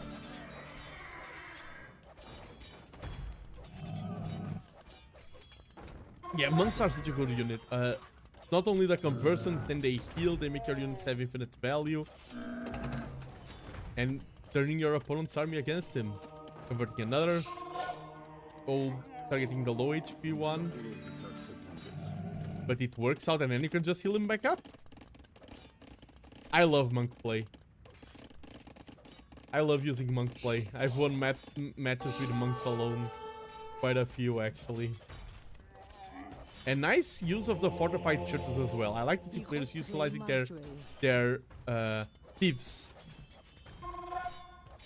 And now Aggro Mouse's monks are... I would go with just 1 monk forward and try to convert the siege workshop. A lot of players forget that, oh yeah, I have redemption, I can convert buildings. Yeah, but also, I don't blame anyone for not using them. I can see how I'm not 1200, but 1100, they are playing good. They are playing great. Now, every time you point the idle TC time, it does climb up a little bit. That's a caster curse. And that's the thing, your camels counter your opponent's builds, and I do like the battering ram. I would prefer converting the siege workshop with the monk. Oh, I always do that. I also do that as well, Done Cube. I use control groups, but I use so much control groups that I don't have enough free for my monks. Yeah, but the light cav. And this is still open. I think this is still very open. One of the main reasons why I use control groups so much is that I come from StarCraft 2. I reached Diamond in StarCraft 2. And... oh, nice quick wall there. And in StarCraft 2, there's no select all barracks hotkey or things like that. So I use control groups for my barracks, from my TCs and everything. And I still have that habit a little bit.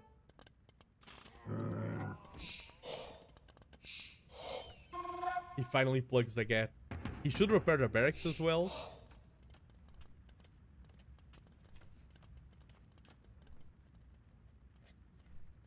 And now we have a moment of peace and quiet. This game has been so intense that it really doesn't play out like a 1200 game. No players have grabbed the relics yet. Yeah, Palisade Gate would ideally be replaced by a Stone Gate. You take down one siege workshop, I build another. And Castle is on cracked terrain. All of these buildings are on cracked terrain, so they are easy to destroy. That's one thing that some low elo players do not notice. This cracked terrain makes it so that all your buildings take extra damage. They are more vulnerable. And that's intentional to make this position harder to defend. So this castle here would have been so good. But that's a risk as well. Don't get right behind or delete and replace. I would delete and replace just because I think that placing behind is a bit tanky in this particular scenario. Ideally you place behind, but here I would delete and replace when it's safe. And delete only when my villager is here. Don't delete and kill the villager from the other side. So, Dark Artist secured the middle and is going up to him. Things are looking very rough for our aggro mouse. Yeah, Sicilians could do the trick here. Also going imp, and now that castle. There's no castle for aggro mouse. So, counter castle is still delayed. I didn't think of that. I give you credit for that, but I agree that's the best call. Aggro mouse even adding outposts, which I think is a great call. To the side, at least one of them. See, oh, what did this tech do? Military units are cheaper for food. Gurjara late game is amazing.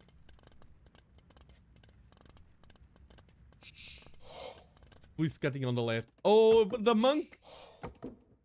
Monk, I need a monk. The monk cancelling the cut. Nice castle there. I would prefer it maybe like more of a zone control. But it defends Golden Stone. It produces units.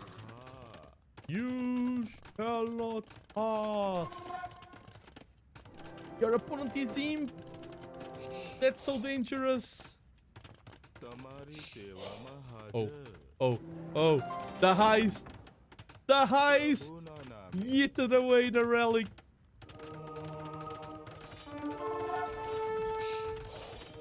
No, if they all convert. No, they're all without faith.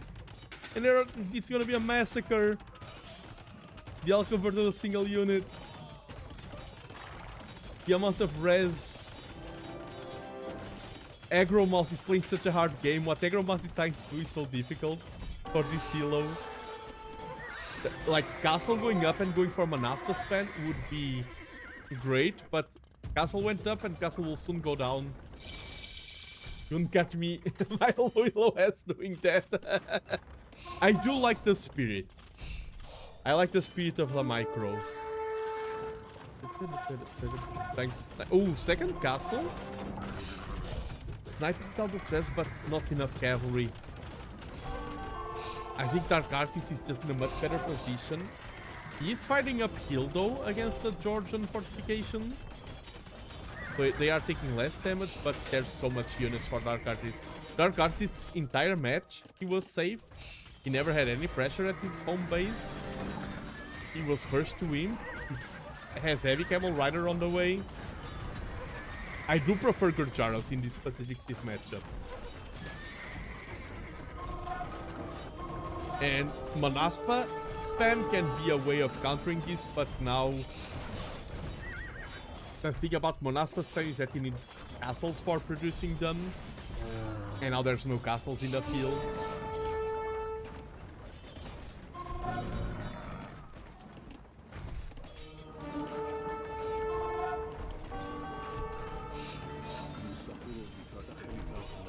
Yeah, like hussars. My low elo legend thought would be spam pikes at this time. No, spam pikes would be a great move here. I mean, now it's a little bit hard and a little bit too late, but you even see that it's the economy that Aggro Mouse isn't spending is the res that you need for pikes. Pikeman against camels and everything would be great here. I agree. And then if your opponent plays like, oh, but I'm playing against the Gorjaras, they can go Chakram Throwers. Then if they go Chakram Throwers, then you can loop back to your cavalry, and it's like a dance of going between counters. But if your opponent is just going camels and hussars, Pike, Halb would be the correct choice. And the eco is getting shredded. I mean, that's crap. And GG's called 2-0 for Dark Artist. Once again, both players are really fun. Both, I want to say, I said it before, I'll say it again.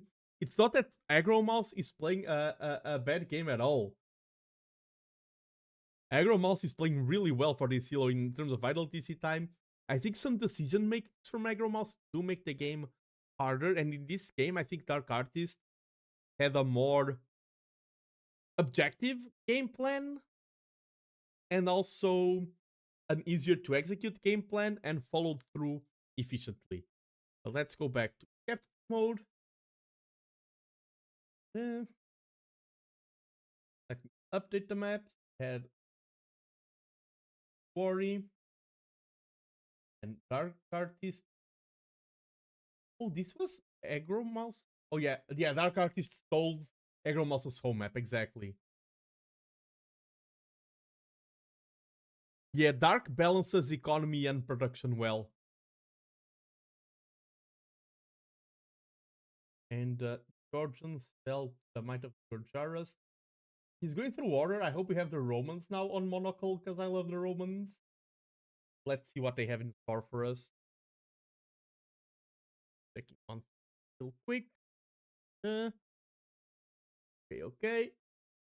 Loading up the final match of the night, because then I do need my sleep. Ooh, I am happy.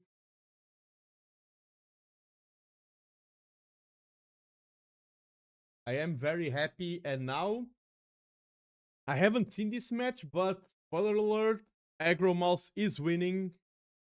Hello everyone, welcome to Monocle for the third time tonight, and we are watching the best civilization in the entire game. I will first introduce the underdog for this pairing, because we have Dark Artist commanding the Teutons, and in the other side we have Aggro Mouse playing as the Britons. And the Britons are the best civ in all of Age of Empires. I love playing as the Britons. I was a Britons main. I won games with Britons without building a single archery range. Casters screamed at me. Casters yelled at me. And because I got like Threadmill Crane before Yeoman. I feel like I never see Britons in tourneys. That's because you weren't around during my early days. In my early tourney days, I always picked Britons, then I stopped always picking Britons because all my opponents banned Britons. I'm the one guy who mains Briton.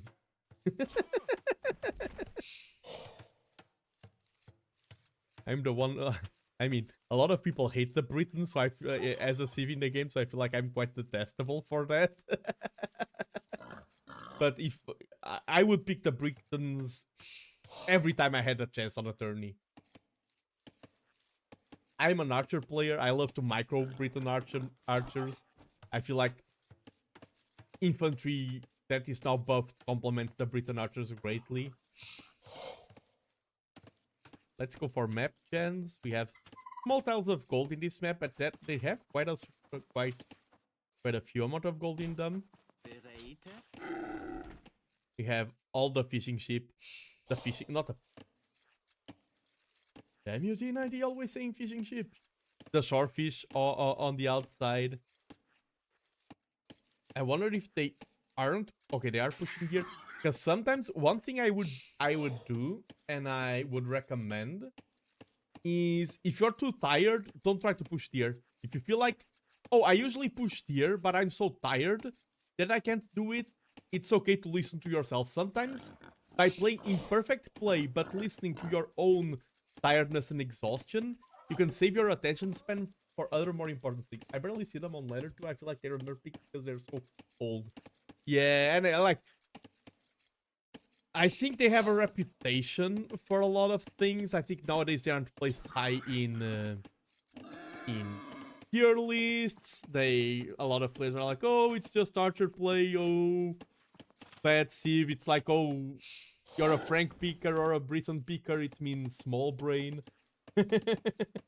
I don't agree at all, and I'm a huge fan of, like, there's the common discourse of, oh, should I go, should I sieve pick or should I play random?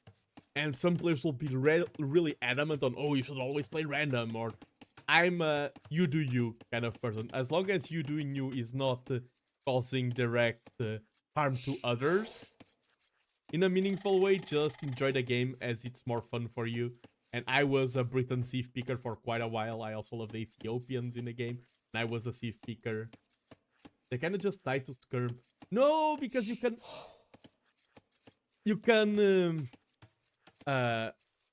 outrange the skirms, and then you can add infantry and you can add siege. What if you do you means person douching 100% of your ranked games? I don't mind that at all. I would be like, because that is a strategy, I would be more offended, like, when I say, oh, it just harms others. It's like, imagine you lose the game and you hide one villager on each corner and force your opponent to hunt your villagers instead of resigning. That is what I call true bad manners. I think person douching can be sometimes unfun and things like that, but I think it's a valid strategy in my opinion. I don't consider it disrespectful to person douche. And we see aggro mouse now on the offensive, and that's another bonus by Britons. A lot of people talk about the archers. You gather food from ships faster, and that makes it that they're really good at militia timing and they have great infantry. Yeah. And also, that's the thing. It's also very satisfying to be the douche.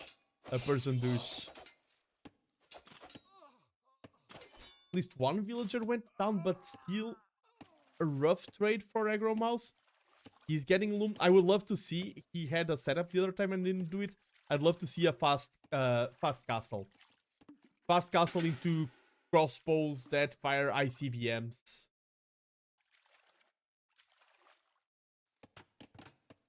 The fact that people are doubting how good the Britons are, like, I want to play because of I like Age of Empires, but people doubting Britons, it's like, you whippersnappers, let me load up the game and pick the Britons and I'll show you what they got. Do not sleep on my Britons. Got douched by a person on Valley and had him chase 3 villagers because he missed my other. Hit to the middle and then resign when I hit feudal. Yeah. And like, if douching was like an uncounterable tactic, like undefeated, like you go for the douche, it means you won the game, it would be one thing, but douching has a lot of drawbacks. The main damage that douching does is mental damage.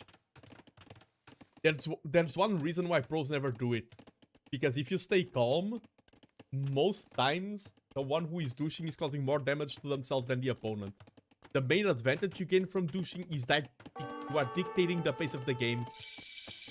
And that the fact that you are mentally in control makes it so that your opponent is the one reacting, and often in Age of Empires, it's easier to be the one asking the questions, the one acting, than being the one reacting. We see archery range, probably for skirms. Britons, you have 3 options, in my opinion.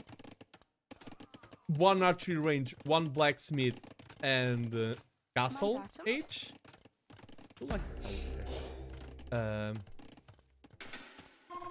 2 archery range, 1 blacksmith, and then castle age, or just 1 archery range, 1 blacksmith, and instead of producing a lot of archers, focus on castle age as fast as possible. I would love aggro mouse to focus on going castle age as fast as possible. 6 seconds of idle TC time, which is incredible. Nice walling as well. Both of these players wall better than me. I'm horrible at walling. Adding some skirms. The good thing about going for archers, you shouldn't fight the skirms head on. You should use them to find damage and buy time. And the good thing about going for archers is that they don't harm your castle age timing that much. your main limiting factor for Castle Age is food. Yes, you have villagers on gold instead of food, but archers don't harm your Castle Age time. That's why Britons are strong. Is that power spike. You reach Castle Age before your opponent because of the food bonuses and everything. You get the archers, you upgrade them to crossbows. Castle Age archers with the upgrades melt Middle Age skirmishers very easily. Correct, now you shouldn't fight. Yeah, don't fight. Save those numbers up for Castle Age. Castle Age is where you shine, Aggro Mouse. I'm passionate about casting this one because we have the Britons here. And this is a good matchup for the Britons because Teutons have, of course, the plus melee armor. They're known for low mobility, high efficiency melee fights, and Britons counter that.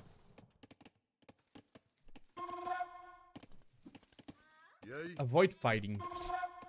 These 5 cross archers should be here. That would be the play. You don't... That's the thing. A lot of players at this elo, that's one thing that stops you from being high elo, is that I see an army, I have to fight it. You actually don't... You can just go straight for the economy. And like the skirms will only tickle your units, your villagers.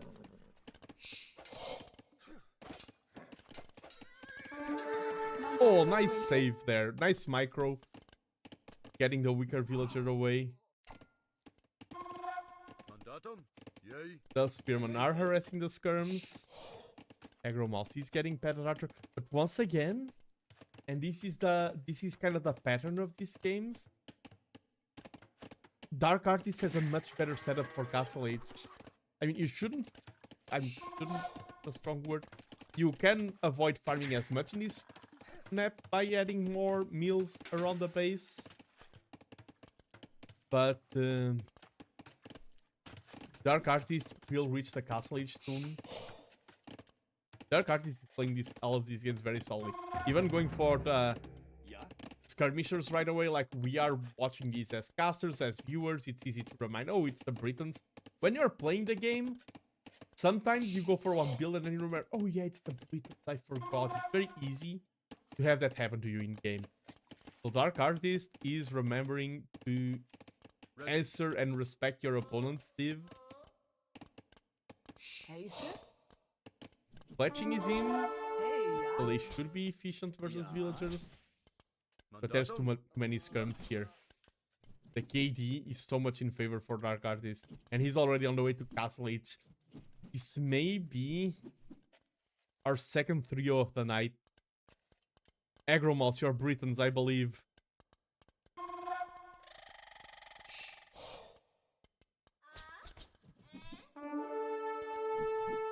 If Dizzy is still here, this is not your bracket, right, Dizzy?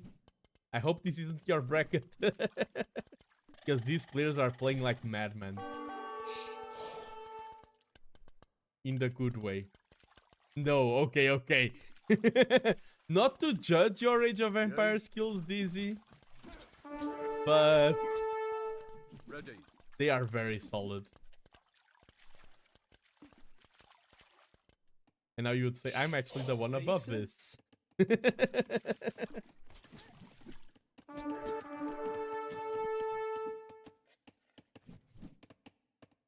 Villagers here, some skirms here trading some javelins, but yeah. Britons just now starting Castle Age. Dark Artist is reaching. Goes for a stable. Yeah, Knights. If you're first to Castle Age, Knights are always a good unit.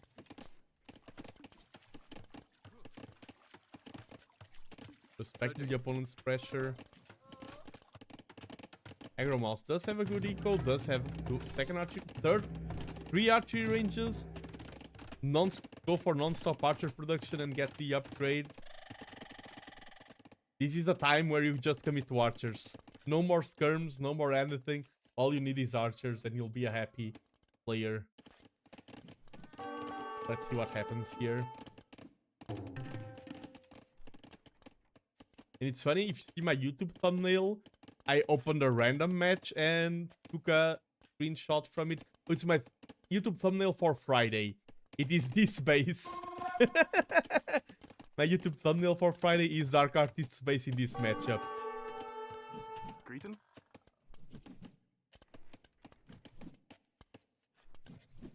Yeah, terms just tickle Ready. villagers. There's 2 knights on the field, 3 knights already. There's no... Okay, there's some archers. But not enough to fight skirms. They don't have Castle Age upgrade, because Castle Age isn't in yet. Now Castle Age is in. Yeah, fletching Vulcan Arrow and crossbow should be clicked right away, but there's not enough archers. Like KD, 20 units were lost by Britons. If you're playing archers, that's my tip. There's no unit comp for Feudal Age where it's more important to keep your unit alive than archer opening. If you're opening archers, your #1 priority, more than damage, more than anything else, is keeping those numbers up.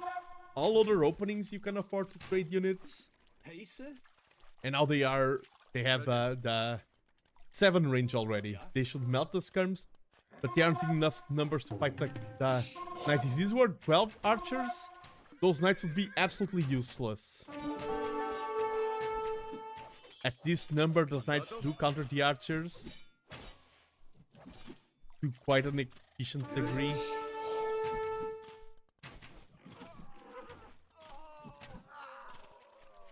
Non-stop archer production, that's good. And non-stop field production is also good. None of the players has a second TC, they're respecting each other. I was supposed to play tomorrow, but the opponent had to cancel. People said, oh, life does get in the way of Age of Empires sometimes.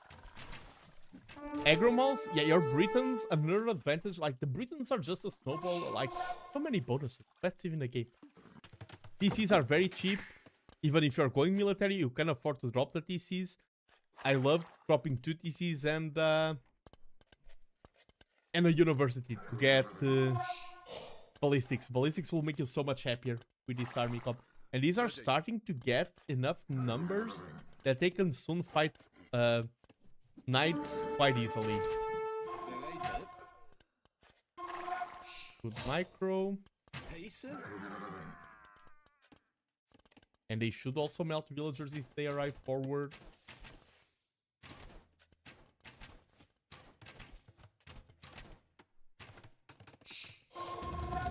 Each workshop is being added. That's a great thing about Briton archers. Most matches this would be the correct call. If Briton archers can micro slightly, Mangalore should never counter British archers. They outrange them. And now they are going towards the economy. That's a great call. Okay, you see there the lack of ballistics. But now both players are causing damage to each other. And archers are so incredibly efficient at taking down villagers. Lack of ballistics.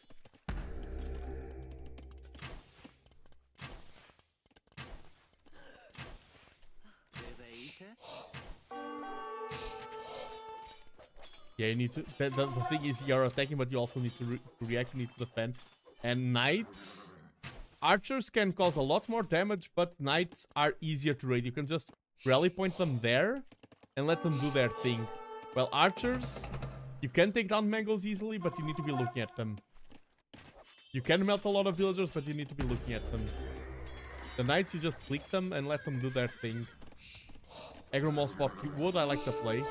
I would like to buy more wood and drop a university. Nice find there. Hello, Alexa! Yes, I will say Snapper per Winged go getting with Nova Fanticilio go go go. It is a Welsh town. Do you know the Welsh town of Snapper per Winged go getting with Nova Fanticilio go go go? Alexa?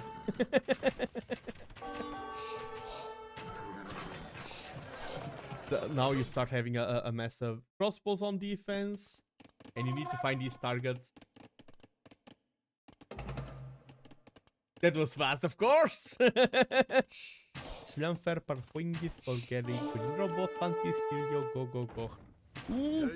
Why did it lagged a little bit? Let me rewind. It was such a nice shot, and capture rage is starting to get tired. after so many matches. Come on, show me the money shot. That's the thing. At 1600 elo, this would never happen. At this elo, that was 6 kills from a mega. Oh no, oh no. Micro Jackson. Nice. I've been to Wales, but not that. I haven't been to Wales, but I can say stuff after playing getting me double. Go. I want to go to the town just to say that to all locals. Knights here are now idle. Ready. A lot of archers went down, but there's still 20 archers on the field. If they group up, it could be quite a devastating death ball. Flex on the locals, yes. I have Welsh friends that can't say stuff after playing go. So I need to flex my skills. Another mangled. It's 3 TCs versus 3 TCs. No one will be running away from the game. You can see that Dark Artist engagements have been way better. Better economy from Micro Mouse. Good job booming. Good job getting the builds on the work earlier. I think lack of ballistics is really causing damage to Aggro Mouse. Dark Artist is very happy. Even with fighting when fighting against the Knights, ballistics will make it a lot easier.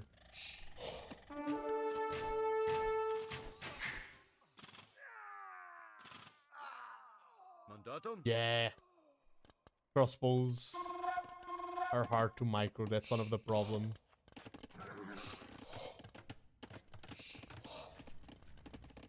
Knights, you just click them, and these are Teutonic Knights. They aren't Teutonic Knights, but they also are Teutonic Knights. And they are just wreaking havoc everywhere. I'm so surprised with Aggro Mouse's defensive reaction. Like, this raid could be causing way more damage. A lot of these raids, he has only lost 16, okay, now 17 villagers, 12 of these raids. This is now a respectable ball of archers. 30 is respectable. Just needs ballistics. Don't sell wood. Buy, you need wood for your... I mean, you can drop a castle.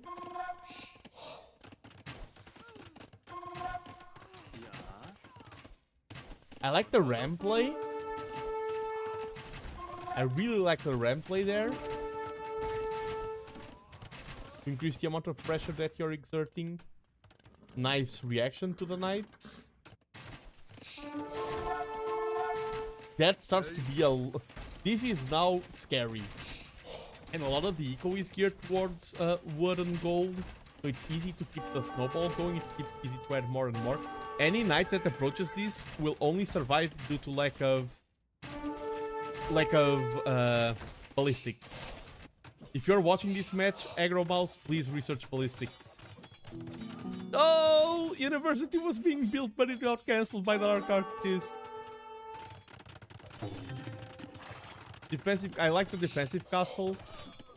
You need to protect your economy from those knights. The machine gun.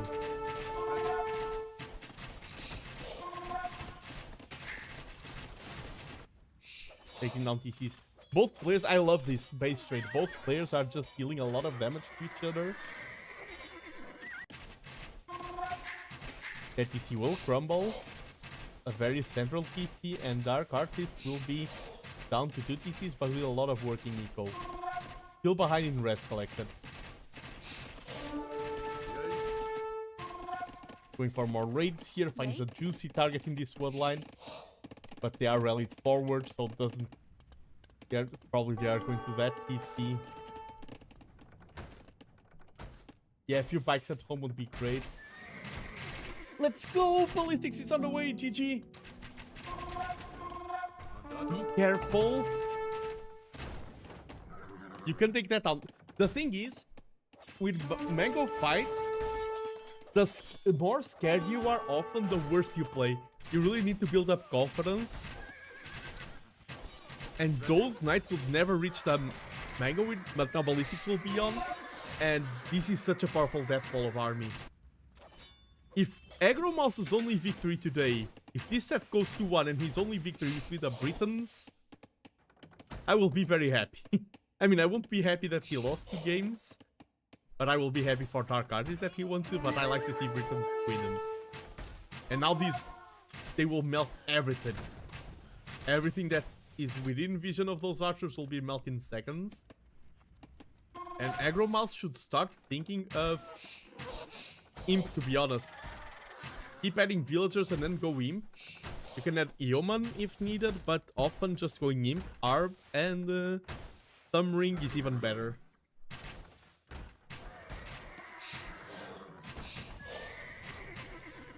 And taking down the infrastructure is indeed nice. There is a lot of base here in the back still, a lot of safe economy. I like the addition of Rams. I should do that more. Rams with Britons are great. They also soak up some skirmisher attacks if they are added. Ooh, that's...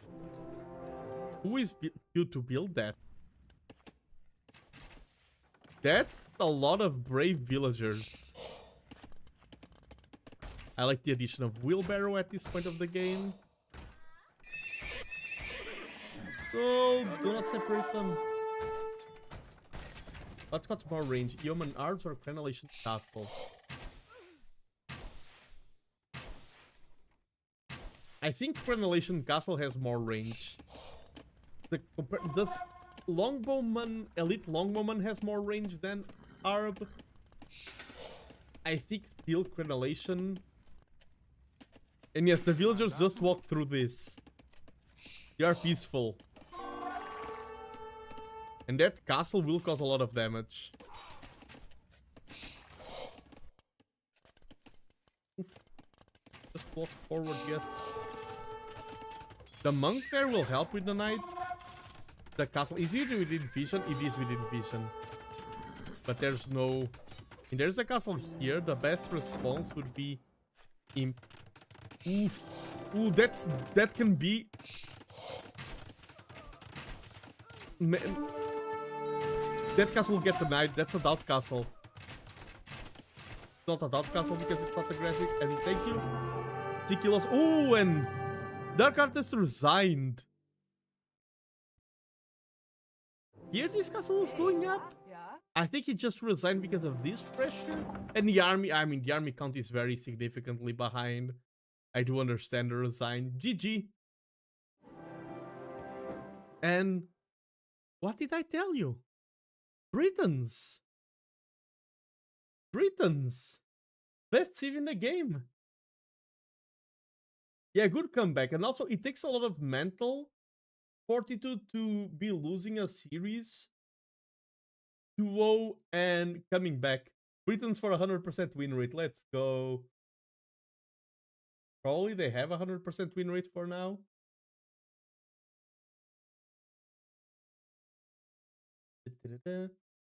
Hello, Lily Poppers. Welcome, welcome.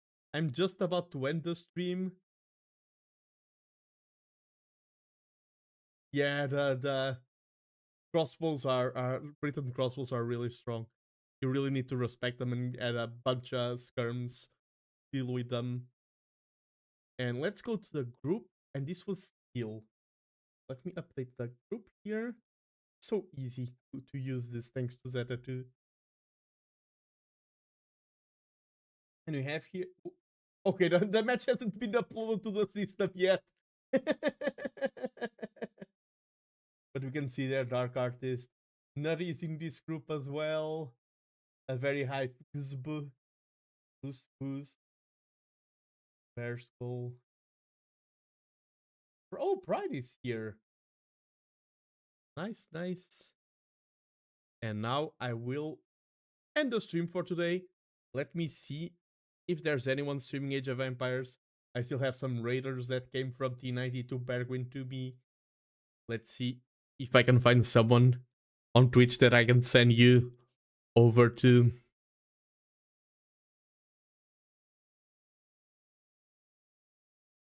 That who is streaming Age of Empires? Age of Empires 2.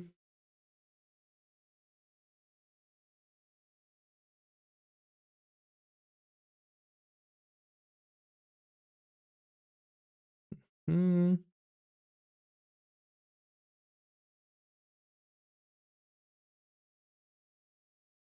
Yeah, good night, everyone. Thanks for dropping by. Thank you for joining. I'll just do a raid.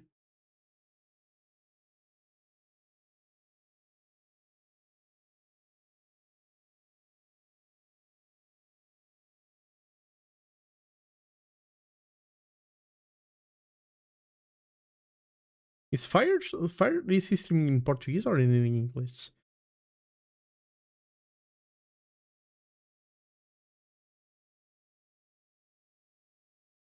Yeah, I'll read Fire.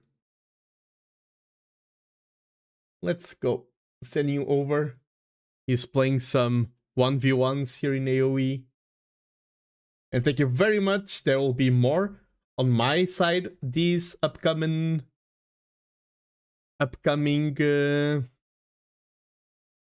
Friday. I'll be casting two quite popular names. Oh, no worries, Alexa. No worries. Thank you for dropping by. This Friday, I will be casting both T90 and Ornlu, not in the same match, but I will be casting both of them playing live. I'll cast the casters. So I'm looking forward to see how it goes. But yeah, that was it for tonight. Thanks for everyone who dropped by, and I hope to see you in the next one. Bye bye.